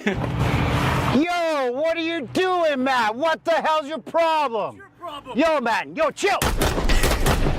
When it comes to self-defense... Oh, he's okay. Yeah, the rest of this video is from heaven. He's just like an angel. So what's crazy about this road rage incident is this guy cuts him off. He didn't even have to stop. I mean, I get that people get super irrational during road rage incidences, but it seems, I feel like this person should be the one who got out to shoot him, because he got cut off. Right, yeah. The other guy cut him off so bad that he had to kill him. It's like, no one can know about this. He almost caused the accident, right? But what did I do? I honked the horn, I fingered him. I missed that part of the video. Yeah, when did that happen? Yo, what the fuck are you doing? Yeah, you were fucked up for that, actually. That was super weird. He fingered... What does that mean? Oh, like... You gotta check your ego, man. Don't finger him. Don't him Don't make that guy sing, man. Even though I wasn't technically in the wrong. Wait, hold on. Did you notice that in the video, he had like his wife or girlfriend in the car next to him? No. And she also got shot? Okay, yeah, so see, there's someone in the passenger seat here. Yeah. But then, as he's talking to the camera... Check your ego. Even though I wasn't technically in the wrong, he cut me off. Oh, she's dead. So this is a real death that happened. Yeah, he's like, luckily I did survive this incident. She did not. Don't worry, the paramedics are on their way. I just wanted to film this video real quick. Luckily, he's a very bad shot. Every bullet hit my wife. I escalated the situation. He felt like he was threatened. Felt like he was threatened? He was in his own car. Yeah, he was fine. That psycho's trying to kill me! I'm gonna kill his wife. He felt like he was threatened and now I'm dead. Okay, yeah, he is dead. Yeah, he's dead. Confirmed. That is canon. And looking at his account, yeah, this is the last video he ever posted. That's not having a self-defense mindset. Be smart. Stay safe out there. Check your ego. Oh my god. Wait, but he checked his ego. Why is he still getting shot? I guess he didn't check. I guess that guy didn't check his ego. Yeah. It's like, come back here and finger me. Finger me, are you... So there's, don't be an easy target. Yeah. But also maintain a self-defense mindset. And I do appreciate that. It's like, try not to get into the situation where you need to be defending yourself in the first place. Right. I think we can all agree that's probably the best self-defense tactic you have available. Belt versus knife self-defense. Yo, give me your money. Stay back, man. Stay back. Yo, is that a knife, bro? Do you know how to use your belt for self-defense? Do you? Yeah. It took you like 20 seconds to take off your belt. I don't know if you noticed there, but he had some good tactics to stall the guy. He said, yo, is that a knife? Like he was going to be interested in what kind of knife it was. Yeah, yo, is that my favorite knife you have? Is that a Swiss Army knife? Damn. Cool, man. Hold on 1 second. Yeah. I gotta jerk off to this knife. Just kidding. Also, he must have a really big belt buckle. Like how brutally this guy gets hit is actually pretty crazy. Just wanted to show you my knife. Yeah, I was trying to sell this knife to you. That's why I said, give me your money. Damn, look at that wide stance for this too. That's crazy. He's doing the splits. Some fucking psychopath. You mess with the wrong guy. Here's how you defend yourself against a knife. Oh, dude. Oh, please do. That's what the mugger says when you pull out your belt. Oh, dude. Back, he was that a knife, bro. Oh, dude. Oh, dude. These are really good captions. Yeah. Okay. I like that they like to start the videos with someone just being brutally murdered. Yeah, it's a good way for audience retention, right? I feel like from now on we should just start our videos with killing someone, like right in the first frame. We just have some poor bastard. Maybe his car broke down on the side. He's covered in eggs. You know, I took him home, and I took him home. And I start my video. I'm like, hey guys. The guy in the headlock is like, I gave him everything. Folks! Yeah. You know what to do when somebody pins you against the fence and stabs the shit out of you? I firmly believe there's nothing you can do. No. I mean, there's definitely things to do to avoid getting here in the first place, but when you're here, there's nothing you can do. Yeah. Ow. You're dead, man. Fence and stabs the shit out of you? He says it in a way that has like that relatable moment when someone pins you against the fence and stabs the shit out of you. Yeah. We've been there, man. I'm trying to establish control of the weapon. If I can get my forearm here, great, but he counters that by pushing me away. If he pushes me away, this is my new threat. It'd be crazy if in this hypothetical situation that's like now very controlled, he still gets stabbed to death. He's like, and I'm trying to get his knife, but he just keeps getting me. I put my forearm, he counters. God, this guy's good. This guy is the self-offense goat. I'm moving that out of the way. Now his butt's to me, and I finger him. In the States, shoot him. If you're in Canada, run. He's got a knife. Sorry, buddy. Damn. You're not allowed to shoot him. 3 signs you're getting punched. That one sounds funny. 3 signs you're getting punched. Number 1. Ow! You look like Tom Hardy if I ordered you on Wish. Oh, yeah? Oh. You look like Tom Hardy if I ordered you on Wish. Not Tom Hardy. Right, yeah. So thank you. You look like the face Tom Hardy would make if I ordered you on Wish. Tom Hardy would be like, okay. Do you know the 3 most common signs before someone punches you in the face? Sign number 1, you just told someone they look like if Tom Hardy if they ordered you on Wish.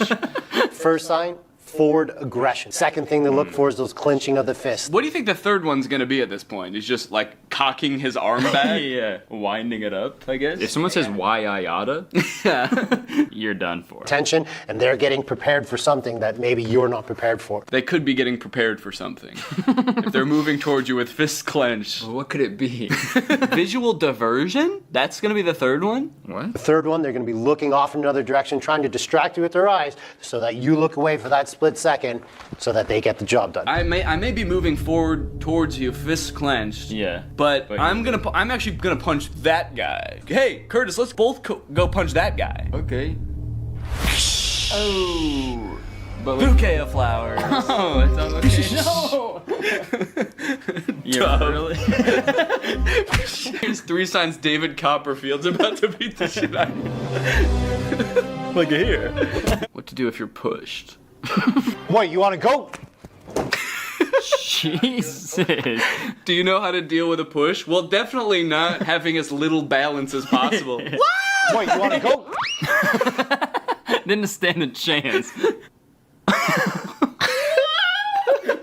And his feet too. Oh no. I've seen, bar fights, people get into fights, but it's always like, fist punching or they're, kind of wrestling around on the ground, just grabbing each other, pulling each other's hair. Right. I've never seen this like push and like whoa! Goes crashing through 3 walls. Yeah, not guy-shaped holes in each wall. Yeah. Do you know how to deal with this? No. I'm not Wile E. Coyote. Do you know how to deal with a push? I'm opening up that door as much as I can. Okay, so I go. But then I can go like that. Yeah. Don't knock each other out. Do you know how to knock yourself and your opponent out at the same time? So the key here is as it comes up is just open up enough. Hopefully my boxing turns on now. And God, he looks so scared there. Don't hurt me. Please. Not again.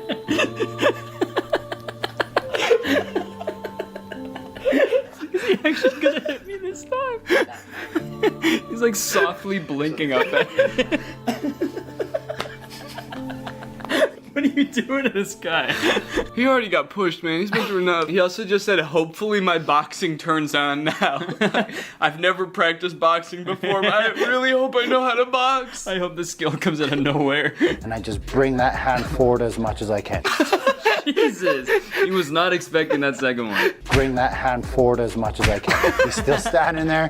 I throw another one or two. But that doesn't always work, especially if they're super big or if you were caught off guard. So if you don't know how to do all that he just did, the old wax on, wax off, you can do a soft fall.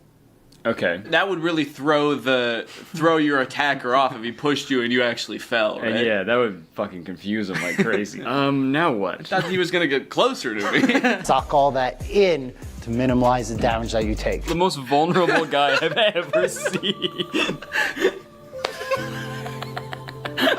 Quit your job, man. You don't have to be there. When that push comes down and he goes to break fall this time, now he's not there. That's the way you're supposed to fall. Straight into a coffin. Like a fucking vampire. He's suddenly in a suit and palmed. Time. Now he's not there. Now he's not there. Yeah, he is. Where'd he go? I can only look up here. He's like...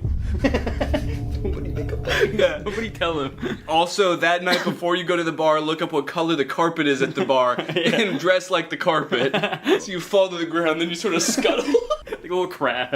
Okay, Curtis, so if all else fails and you need to defend yourself, all of the making yourself a hard target didn't work, he pushed you and you didn't fly far enough away, you're gonna need to fight, okay?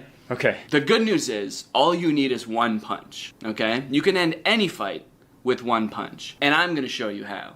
Okay. Yeah. I'm excited. Jerking the Lexus. Yo, what are you talking about? You man? cut me Yo, off in the chill, parking lot. Chill. Do you know what? Stay right there. Go? Don't enter my Wanna space, go? man. Do you know how to end a fight in one punch? I can see why he hired this guy. He's so good at like leaving the frame as quickly as possible. Yeah, he's a pro at that. My space, man. Do you know how to end a fight? He's just gone. Once I felt like my foot was planted enough that I could push off of it, I had to make sure I wasn't showing the punch or creating a tell. This is creating a tell. Loading, shrugging, trying to punch and come out. So the first thing you want to be good at, Loading, shrugging, trying to punch to come out. making sure your arm is I just feel like there's a more tactical way he could be standing in all these videos instead of just like the most malleable, just, what are you gonna do to me now? I feel like he should be trying to evade it or something. It's so sad how willing he is. I deserve it. And he's like, and don't worry about this guy, by the way, guys, he deserves all He deserves all of this. He's a hellish fiend of a man. You should see him off camera. Remember, in self-defense, he's approaching me, I'm hitting him, and I'm trying to get away. He said you're punching him and trying to get away. Yeah, you gotta pick one, I think. Yeah. He's on the ground, you're punching him, and you're like, let me get out of here! This sicko's attacking me! Unhand me! If they're a bigger opponent than you, then you don't just hit them with your arm, you have to hit them with your body. If they're further away from you, you can open up the hand and do like fingers into the eyes. You might break your fingers, but at least you're not going to get involved in a fight anymore. If you train martial arts, use your fist. If you don't train martial arts, use your palm. I thought this was gonna be like a one punch. Like he's gonna teach us how to do one specific punch, but he's Right. like, I don't know, you might want to stick your finger. Let me think. You might want to stick your fingers in his eyes. You might want to finger his butthole. hit him with this side of your hand. This part with your body. Yeah, lean him over, spank his ass. Spank his ass, pull and tug on his wiener. I don't know. What was I talking about again? The title is End of Fight with One Punch. There is no guarantee when it comes to self-defense, like one punch is going to get the job done. That's just clickbait, guys. What? Fuck? He said that like that's not the title of his video, but other people do that. Yeah, I would never clickbait you guys. Look, other people are gonna try to convince you can end a fight with one punch. That's just a bunch of clickbait bullshit. That pussies would say. I would never do that. And honestly, only pussies would fall for that too. But anyway, thank you guys for watching this video. Thank you for the money. The reason why I punched him in his face, because his hands weren't protecting his face. If his hands were here, it's a whole different entry. And that's the end of the video. Nice. Honestly, I'm sure there is some good self-defense advice in here, but I just like the way these videos are shot. Yeah, they're, especially the short videos, because he's like, okay, we gotta get people's attention. So. Yeah. Yeah. All right, Curtis, well, you know what, honestly, man? I'm proud of you. I feel like I can tell that over the course of these past, gosh, I don't know, we've been recording for like an hour. I feel like you've really changed, you know? You think? Yeah, I feel like you've taken the initiative. You're no longer an easy target. Honestly, now you're a threat. And for that, I commend you.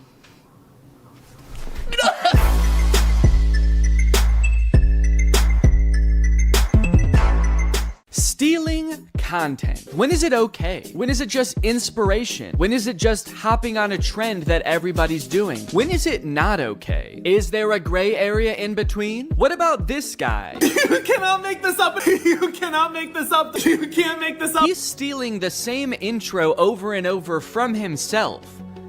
Do we have to help him? That guy found one intro and shirt combination that he's convinced makes his TikToks go viral, and by golly, he will never change it. You can't make this up. As a creator and a viewer of content, blatant stealing is something that makes me so mad, but what's even worse is how seemingly easy it is to get away with it, and how, like, it just works. Like, you can just become a content thief and make so much money. It at least shouldn't work that well, you know? But as you will see today, it is a very viable content strategy that is being used by a ton of YouTubers, big and small. Today we're going to take a journey through the various forms of content thievery until finally ending at the undefeated final boss of content thievery, Brent Joseph Rivera.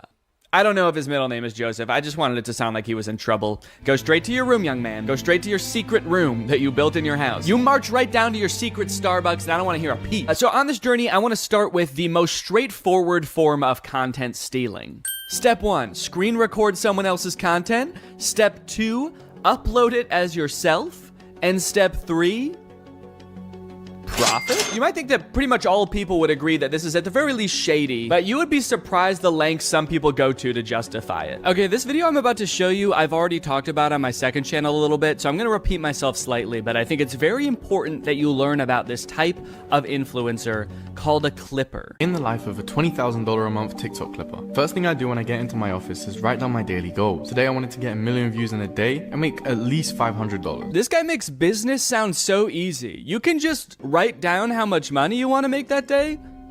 Do you make that much money? So I go and sit at my desk, pull my phone out and get ready to start my shift. The first thing I do is go and search for popular YouTubers to screen record. I sit down at the desk of my fully furnished office with a maxed out PC in front of me, and I go on my phone. He proceeds to screen record a popular YouTuber's video and then combine that with some gameplay footage, which he also didn't make himself, and then he posts it on TikTok. One of my videos last month made me $1,200 from one video. But what about today? How much money did you make today? Was it $500? It was probably more. He's just being modest. Honestly, man, I don't know why this guy does this day in and day out. If he just wrote a big enough number on the board the first day, he'd never have to work again. I guess that just goes to show that this guy does it for the passion. I'm very confused why he has an entire office. You could have done all this without leaving your bed. You don't need a furnished office. Might I suggest an empty room with a folding chair? Why does he have a ring light if he doesn't even film videos of himself? He's like, I am a TikTok clipper by trade, but my passion is TikTok dances and lip syncing videos. So I do that shit all the time, man. I don't record any of it. I don't even own a camera, but it's nice to have the ring light there to pretend. That would be insane. Doing TikTok dances for nobody, just alone in a room to a ring light.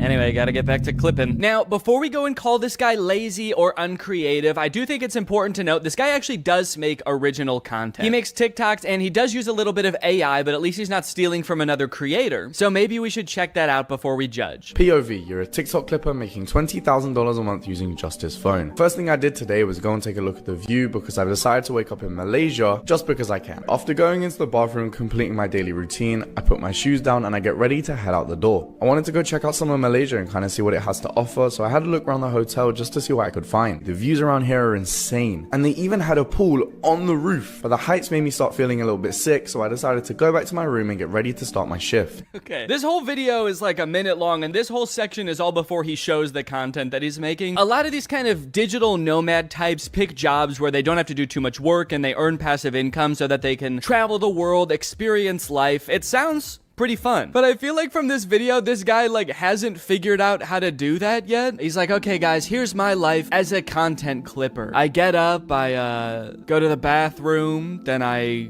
put my shoes on the floor, and I put my feet in the shoes. That's where the feet go. And now I really want to go check out the city, guys. So I go over to the window of my hotel room and I look at the city, and then I go upstairs and I look at the city from up there, but then I got too scared. So I went back downstairs and I looked at the city from my window again. Create a ChatGPT story. First prompt I put in is I tell it to generate me an Asian baby. After it does that, I ask it to make it eat rice. Wait. Then after 3 simple and easy clicks, I press generate video and the whole video is made for me with voice actors. Yours should look something like this. Show me an Asian baby. Make it eat rice. Mine should look like that?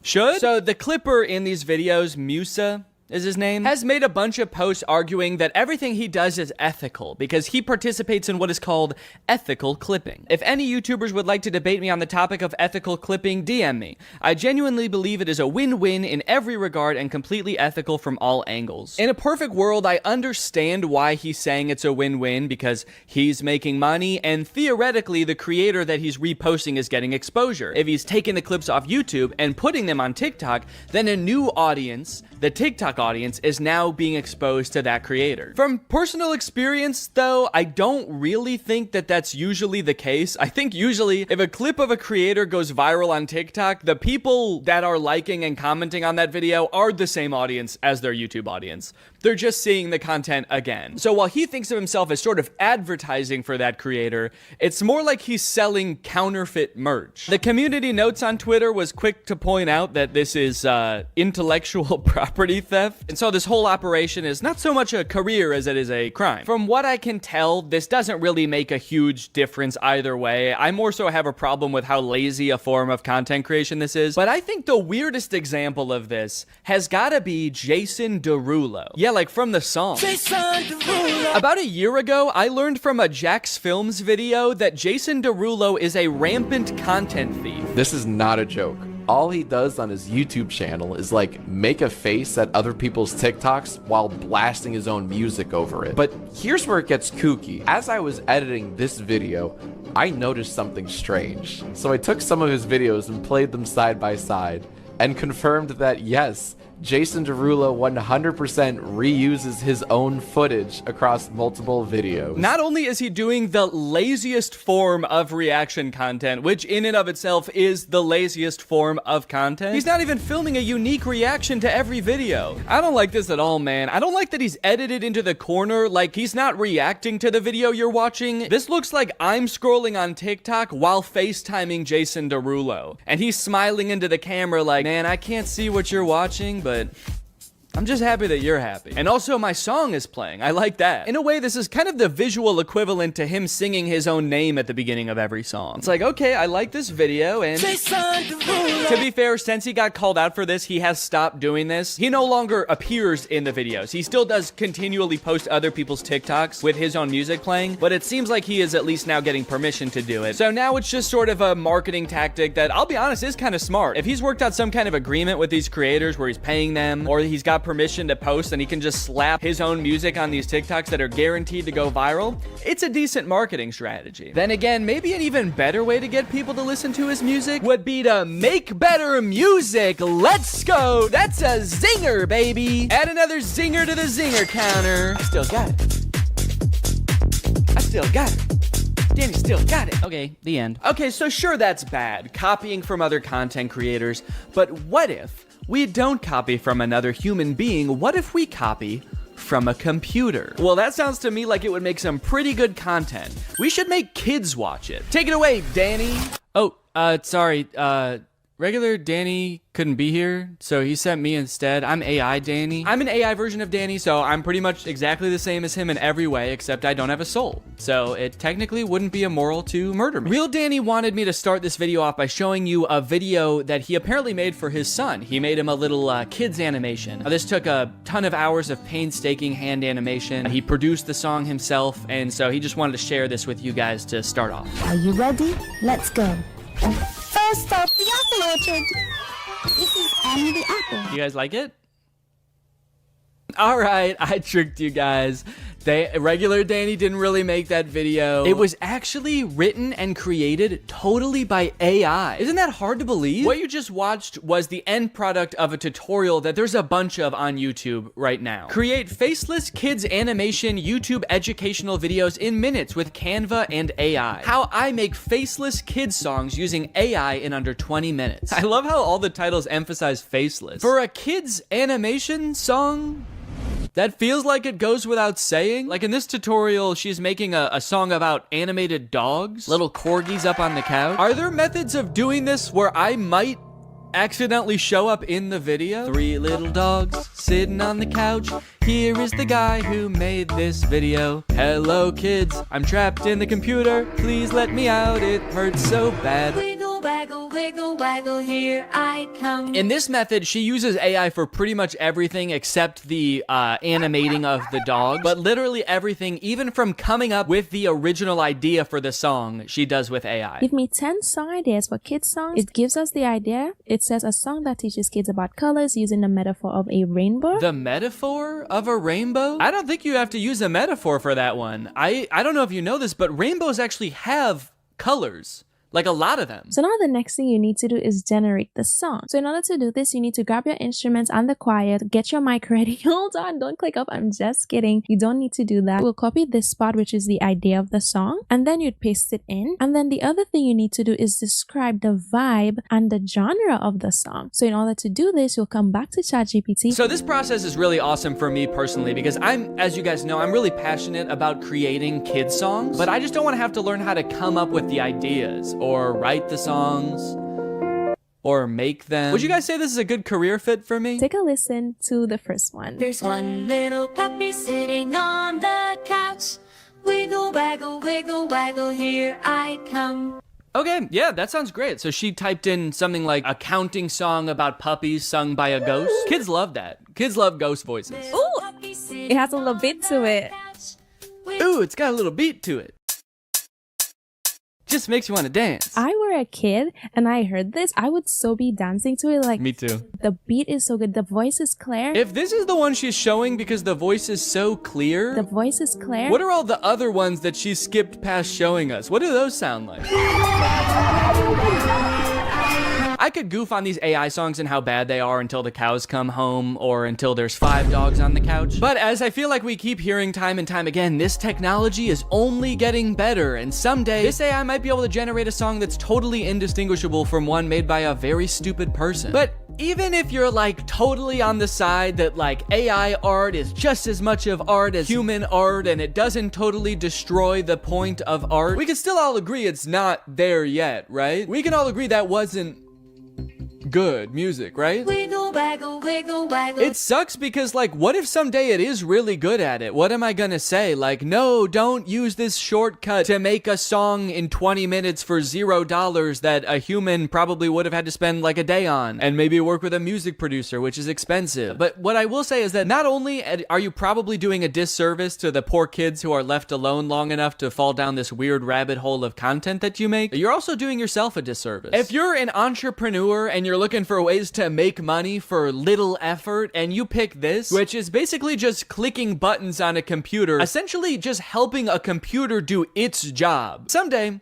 the computer's not going to need you anymore. So you can keep looking for new ways to, make money from home with 0 effort and gaming the system, or you can realize that maybe not everything is about making as much money as possible for as little effort as possible. Maybe you should pick something that makes money and you like, and you find fulfillment from. Also, and no one's gonna watch any of these videos. This is Annie the Apple. None of these videos that these people make in these tutorials are gonna get any views. Kids content is so oversaturated on YouTube because everyone thinks they can make billions of dollars by making kids content. And the stuff that is getting views probably doesn't sound like it was sung by a voice that came to me in a dream. A lot of times I feel like the people who make these tutorials usually make more money off of the tutorials than the thing that is supposed to be making you money. And now that everybody knows how to do this and it's accessible, it's gonna become even more oversaturated. Hi, I am an orange. O-R-A-N-G-E spells orange.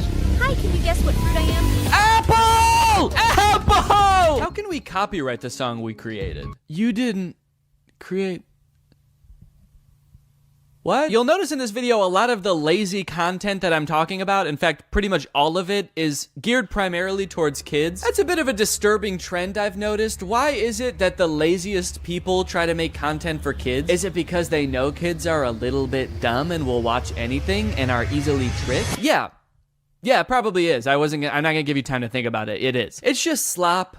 It's so lazy. And I hope the people who are doing this realize that soon. Realize that people don't want to watch these videos, because I can't imagine any of it is doing well. And I also hope that you realize that today's sponsor, Rocket Money, has helped save its customers up to $740 a year when they use all the features. With over $500 million in canceled subscription. Have you ever forgot that you were paying a subscription fee for a service that you don't use anymore? That's happened to me more times than I care to admit. I'm always signing up for subscription services for like new editing software or different tools and plugins, and I don't know why I'm like addicted to it. I'm just kind of addicted to the thrill of paying $30 a month to do something that sure I could have done in Final Cut Pro but would have taken a couple extra steps. But luckily today's sponsor, Rocket Money, is here to help me and you, and also real Danny. That's right, I'm still AI Danny. I didn't forget that. Rocket Money is a personal finance app that helps you cancel subscriptions, lower bills, and manage your own money better. I've used Rocket Money to help me cancel several subscriptions, most recently this suite of plugins in Final Cut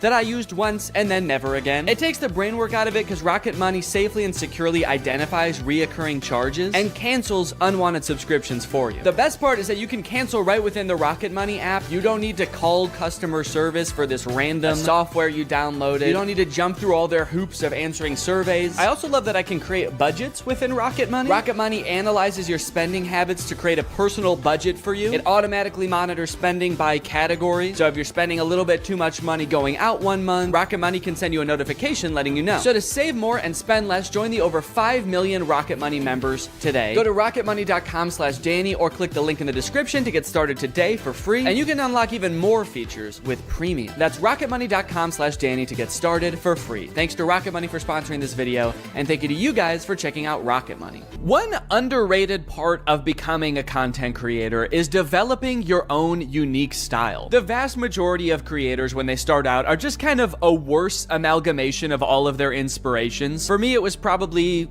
The Lonely Island and Jake and Amir with some Bo Burnham mixed in there. But over time, you start to make certain creative choices that distinguish you. Types of music that you choose for your video, the way you tell jokes, the name of your fan base, maybe even your thumbnails have a distinct look to them. I love it when creators take another step in developing their own personal style.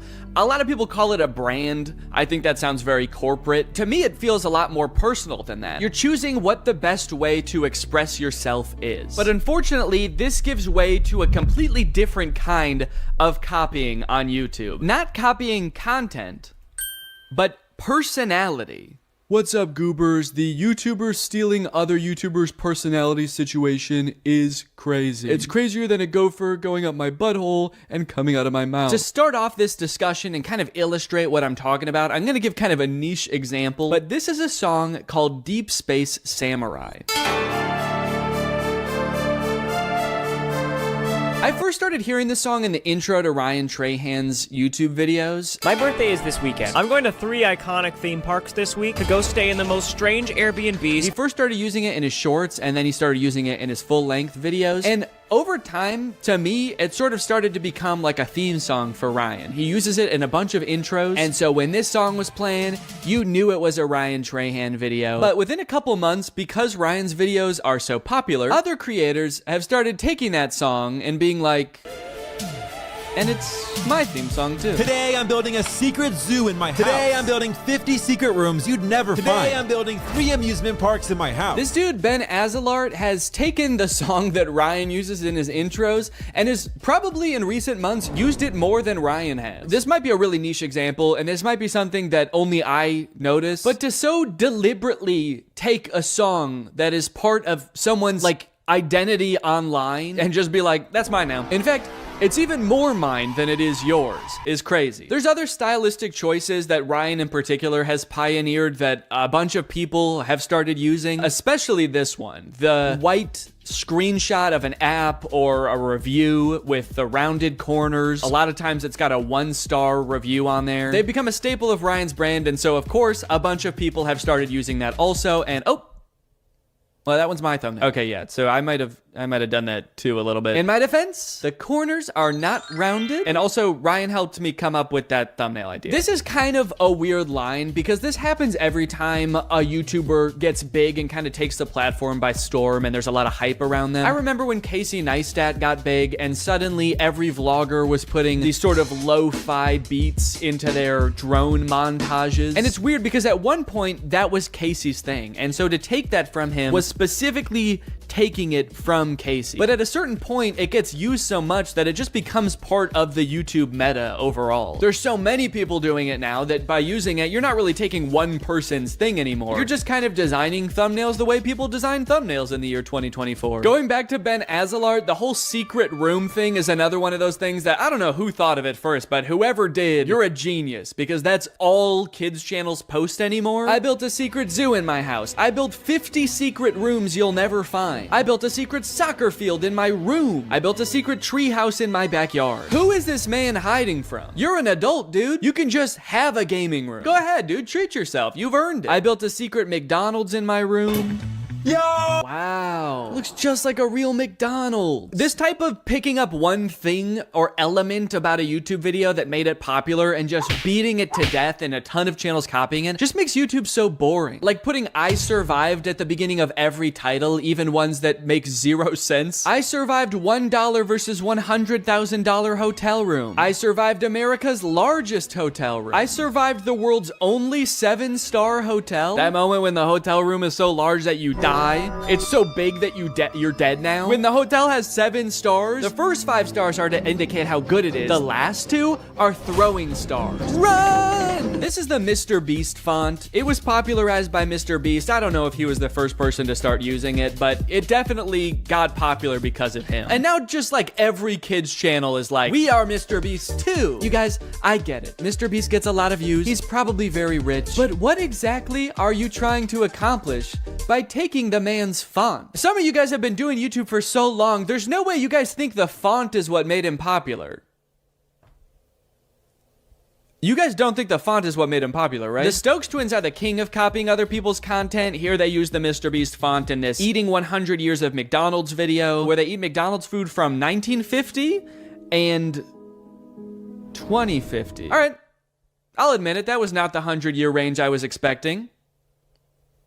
You guys know what year it is, right? The Stokes twins have gained 90 million followers by basically copying everybody's ideas and trying to be Mr. Beast clones. Mr. Beast's channel banner says subscribe for a cookie, and the Stokes twins channel banner says subscribe equals cookie. Stokes twins, do you think that that is why Mr. Beast has as many subscribers as he does? Because he promised cookies? I think a lot of this comes down to blatant and shameless stealing. Some of it might come down to what Little Joel calls in a video algorithm folklore. What interests me is this one particular moment where Ludwig says this about uploading YouTube videos. One quick key, by the way, if you guys are ever uploading videos, they'll use whatever the video's file name is for the algorithm. I have heard this claim a million times. I heard it when I was just getting my YouTube channel started, and what's odd about it is that there's never been any evidence at all that this is the case. Because so many YouTubers see the algorithm as this like weird entity that works in mysterious ways, it does seem like it could be possible for creators to believe that the font you pick in the thumbnail really matters because the algorithm uses it to sort your videos. Or maybe putting I survived at the beginning of a title of a video of you having like the best day of your life helps trick the algorithm into thinking that you are Mr. Beast. And for people whose entire livelihoods is YouTube, and maybe they have a ton of employees and so every video has to be a banger, otherwise you have to let people go, maybe you're more likely to cling on to some old wives' tales of YouTube. Or maybe it's just blatant stealing. Maybe they just want to confuse viewers into thinking that they are the person they're stealing from, a la ratatouille. This type of thing always happens on YouTube and probably will always happen. And my biggest gripe with it is it just makes YouTube so boring, you know? Boring,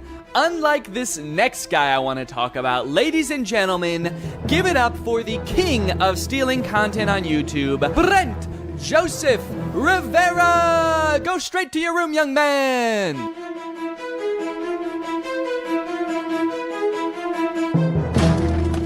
I don't have any hope. Come on, I'm dead.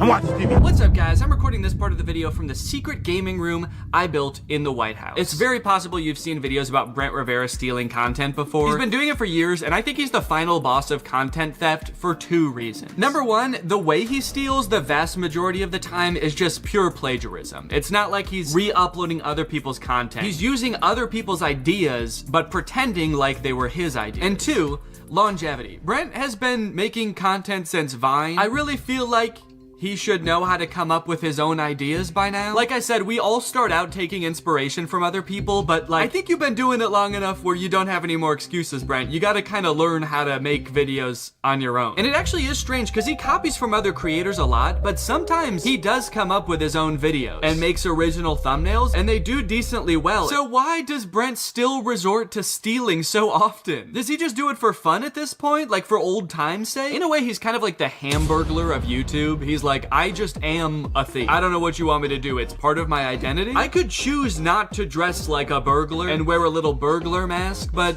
I prefer people know. Oh, you want me to change? You want me to stop being a burglar? It's my fucking name. Why didn't you tell Ronald McDonald to stop being a clown? Or Grimace to stop having a big juicy purple ass? That's right, you wouldn't. Brent practices a strategy on YouTube that unfortunately is pretty popular right now, where creators will scour other YouTubers' pages for their most popular videos and then just remake them. Same title, same thumbnail, nothing changed. This method, unfortunately, does work really well. One time Brent copied my friend Eddie's thumbnail down to almost every detail, except he just changed what kind of restaurant he was going to. This is a weird example because it's literally the same thumbnail, but he did change it technically. While Eddie's video asks, what toll will it take on me to eat at the same kids' restaurant in different locations over and over for weeks? Brent's video asks, how sick would it be if I ate a bunch of really good food? I'm going to every single Gordon Ramsay restaurant in America. The answer will shock you. First impressions, this restaurant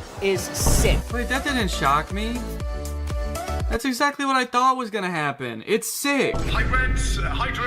It's Gordon. Oh, there's no way that's you. Of course it's me. That's why I'm FaceTiming you live. Listen. Why did he say it like that? Now I feel like he's not FaceTiming them live. Now, to be fair to Brent, he actually did credit Eddie in the description for using a similar thumbnail to him, but then he deleted that credit and changed the thumbnail to be copying this YouTuber instead. Brent, what's going on, man? Are you okay? He's like on a mission to copy as many YouTubers as possible. He can't even copy one YouTuber per video anymore. Now, while his thumbnail stealing is pretty bad, to give him credit, the actual videos themselves are usually pretty different. They're mostly just scripted sketches like this video, I expose the world's most evil teacher. This thumbnail is copied from a Rebecca Zamolo video, and in her video, Rebecca is testing 1-star teachers to make sure they never teach preschool to her daughter. Today we're exposing the worst rated teachers. Zadie is gonna be going to preschool soon, and we cannot let her get taught by any of these horrible teachers. Still don't really know how that works exactly, but Brent's video is about a principal of a middle school who tells Brent that if he can spend the entire day with the world's strictest teacher, then he can become principal for a day. Last week, the principal of the world's strictest school proposed a bet that if I spent a full day with the world's strictest teacher, he would let me be principal for an entire day at Iron Will Academy. I don't know why the principal is making this offer to Brent, a man in his 20s with none of the relevant training. Perhaps more concerning though, I don't know why Brent is so eager and determined to become principal of a random middle school. I don't know about you guys, but I'm scared to find out. Good morning, gentlemen. This is the last person I want to see on my weekend. The last person you want to see on your weekend is the principal of a middle school you don't go to? Guys, you're all adults. He has no power over you in this circumstance. Just tell him to fuck off.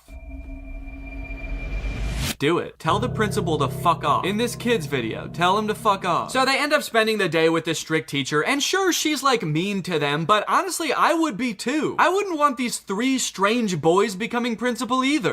Ow! What? Oh my gosh! Why are you slapping me in the face with a hot dog? Because it's funny! What? Even the kids hate Brent and his friends in this video. They cheer when they get punished. One of the kids tries to beat the shit out of them. They're like, yeah, our teacher might have been bad, but at least she is a teacher. You guys are just 3 weirdos. I think we have to kill you. What do you do with Miss Harshman's water bottle? Oh, I filled it up with toilet water. Bro, that's actually a really funny idea. This water tastes like... I don't know what their goal was with that. They're supposed to get through the entire day without getting in trouble. And they're like, well, maybe if we try to poison the teacher, she'll be so dead that she can't snitch on us. It's the perfect crime. So strange plot and bad morals aside, it is just a scripted kids video. They're decently well produced for a YouTube video. I mean, Brent hired actors, rented a location for this. Outside of the content theft, Brent truly is working hard to make the world a different place. On TikTok, on the other hand, he actually does just steal videos completely, word for word, shot for shot, no credit given the vast majority of the time. But actually, the most confusing example I've seen of Brent stealing content, and the one that has stuck with me the most for whatever reason, is his music. Brent occasionally posts comedic music videos, and I guess I have the assumption that when a YouTuber starts releasing music, it's kind of like a passion project for them. You know, maybe your regular videos have become too much of a full-time job when they used to be a hobby, so you start exploring new creative outlets where you can let your real creative spirit shine. Not Brent. This is Brent's music video for Doing It Wrong, a song about that uncomfortable feeling when things are just a little bit off, like uneven hoodie strings, or eating bubble tape like this, or uneven pizza slices. And this is Red and Link's music video for My OCD, which is about that uncomfortable feeling when things are just a little bit off, like uneven hoodie strings, eating bubble tape like this, or all these other jokes Brent copies. It's my OCD, it's just my OCD. I was honestly very shocked when I realized this. I found it from this Reddit thread that basically accuses Brent of stealing their song. Red and Link's song is their most viewed video on their main channel. It's probably up there with some of the most crowning achievements of their career. The song has 62 million views, and then here comes Brent to steal it joke for joke, even including a sketch at the beginning that's super similar. Red and Link starts with this kind of like psychological evaluation sketch, and Brent starts with him talking to a psychologist. Brent even went out of his way to almost word for word copy a disclaimer that Rhett and Link put in their description. Note, we understand OCD is an important mental disorder that significantly affects the lives of millions of people. Brent's reads, important note. I understand that OCD is a serious mental disorder that significantly affects the lives of millions of people across the globe. Now, I should point out that the thumbnail and title copying Brent Rivera does is in no way limited to Brent Rivera. This happens a lot on YouTube. It's actually a pretty big problem, I would say. It seems like almost every big kids channel does it, but even creators you wouldn't think do kind of just take other popular ideas all the time. Even creators that would like you to think they don't. I don't know if you guys know who Arak is, but here he is in a video calling out Brent for stealing his thumbnails. Brent Rivera, you are most likely to copy my thumbnails. And then here he is stealing a thumbnail. Here's Mr. Beast copying a thumbnail almost exactly. Brent particularly has done this so much and been called out for it so many times that I'm actually kind of amazed he hasn't let the criticism get to him or stop him. Brent probably has enough money to never have to work again. He probably has a ton of people working for him who could be coming up with original ideas around the clock. But instead, he insists on copying other creators. Maybe copying content is just so fun that he literally cannot stop. Well, I intend to find out. On day one, I followed Brent on TikTok and YouTube, turned on his notifications, and as luck would have it, on the very first day, he posted a TikTok. Oh wow, this is a nice car. Thank you. G-Wagon, AMG. Here, hop in. My ex had one of these, but I think it was fake. Fake? So fake? What do you mean by fake? Well, his is really high up. It was kind of easier to get into this one. Did it by chance say 4x4 anywhere?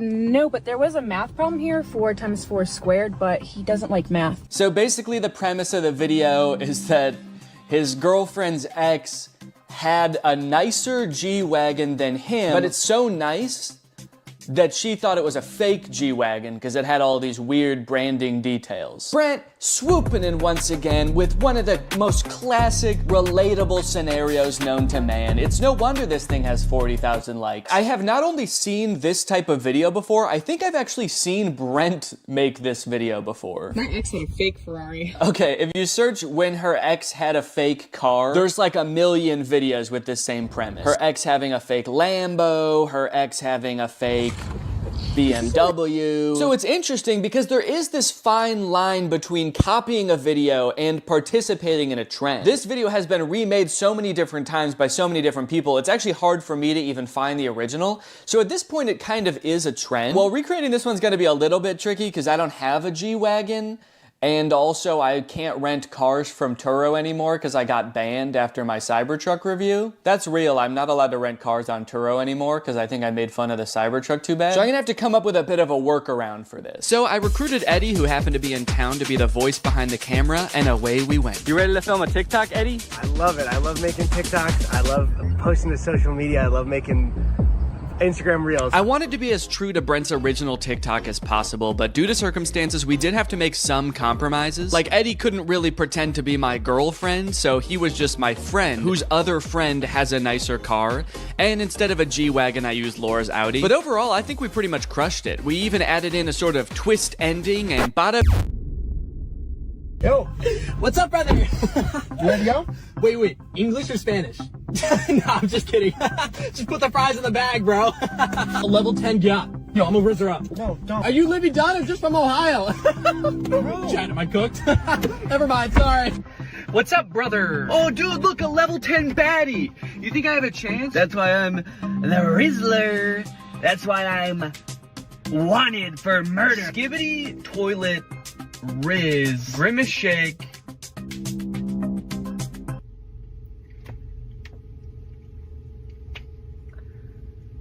Okay, a couple days later, Brent has posted a second TikTok. I went and searched a bit on TikTok. I searched this caption, and I didn't find this exact TikTok anywhere, so this might be a Brent Rivera original. This is a bit of a trend, a person who speaks only in brain rot being like Gen Alpha TikTok slang, but I haven't seen any other in this exact format where it's two people talking in the car. So I'll give them credit where credit is due. They came up with an original idea. I will say, compared to the car TikTok that they just stole, this one is not doing as well. It has 50,000 views and only 5,000 likes.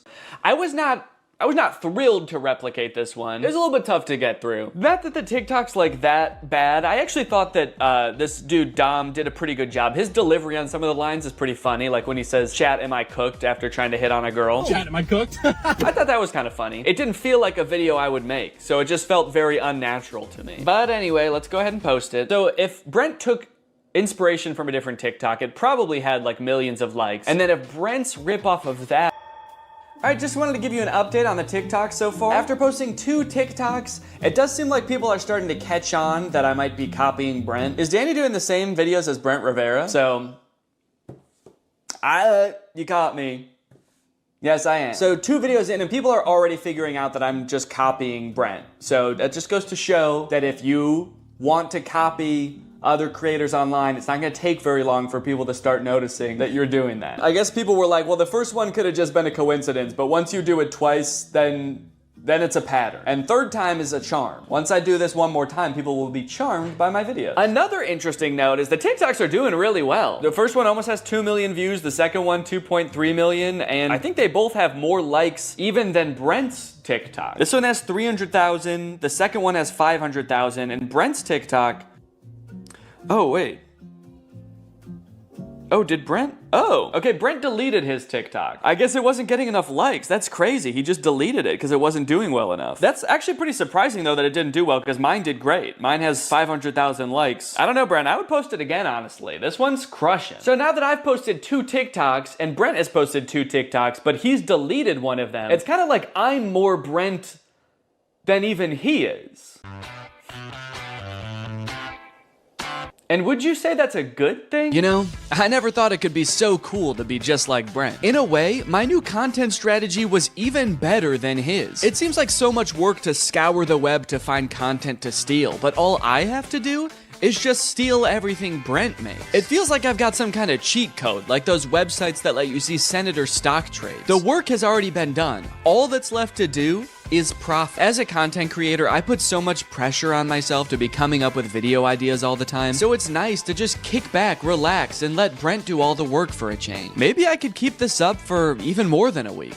Maybe I could do a month, even a year.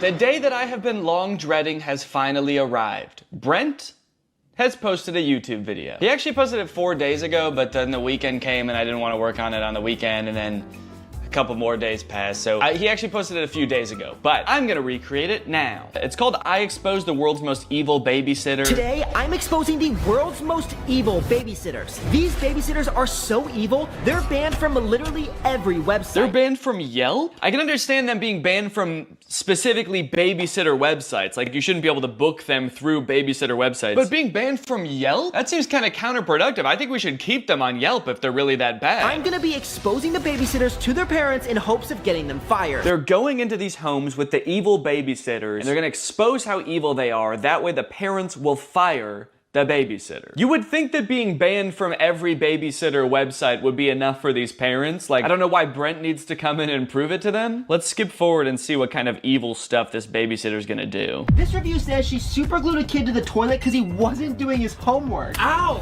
Well, that's a crappy situation. Oh, that's kind of a crappy situation. Child abuse. Yeah, that's not good. And things were bad right from the start. Can you believe these people? What am I getting honked at for? A-hole! I like that this evil babysitter is just an elderly woman that doesn't drive well. She's evil! You know, just watching her, she knows damn well how to drive. She's just doing this on purpose. And then a lot of the video seems like Brent and his friends pulling pranks on these babysitters. So they may be evil, but you know, Brent is kind of fighting fire with fire. Two wrongs doesn't make a right, Brent.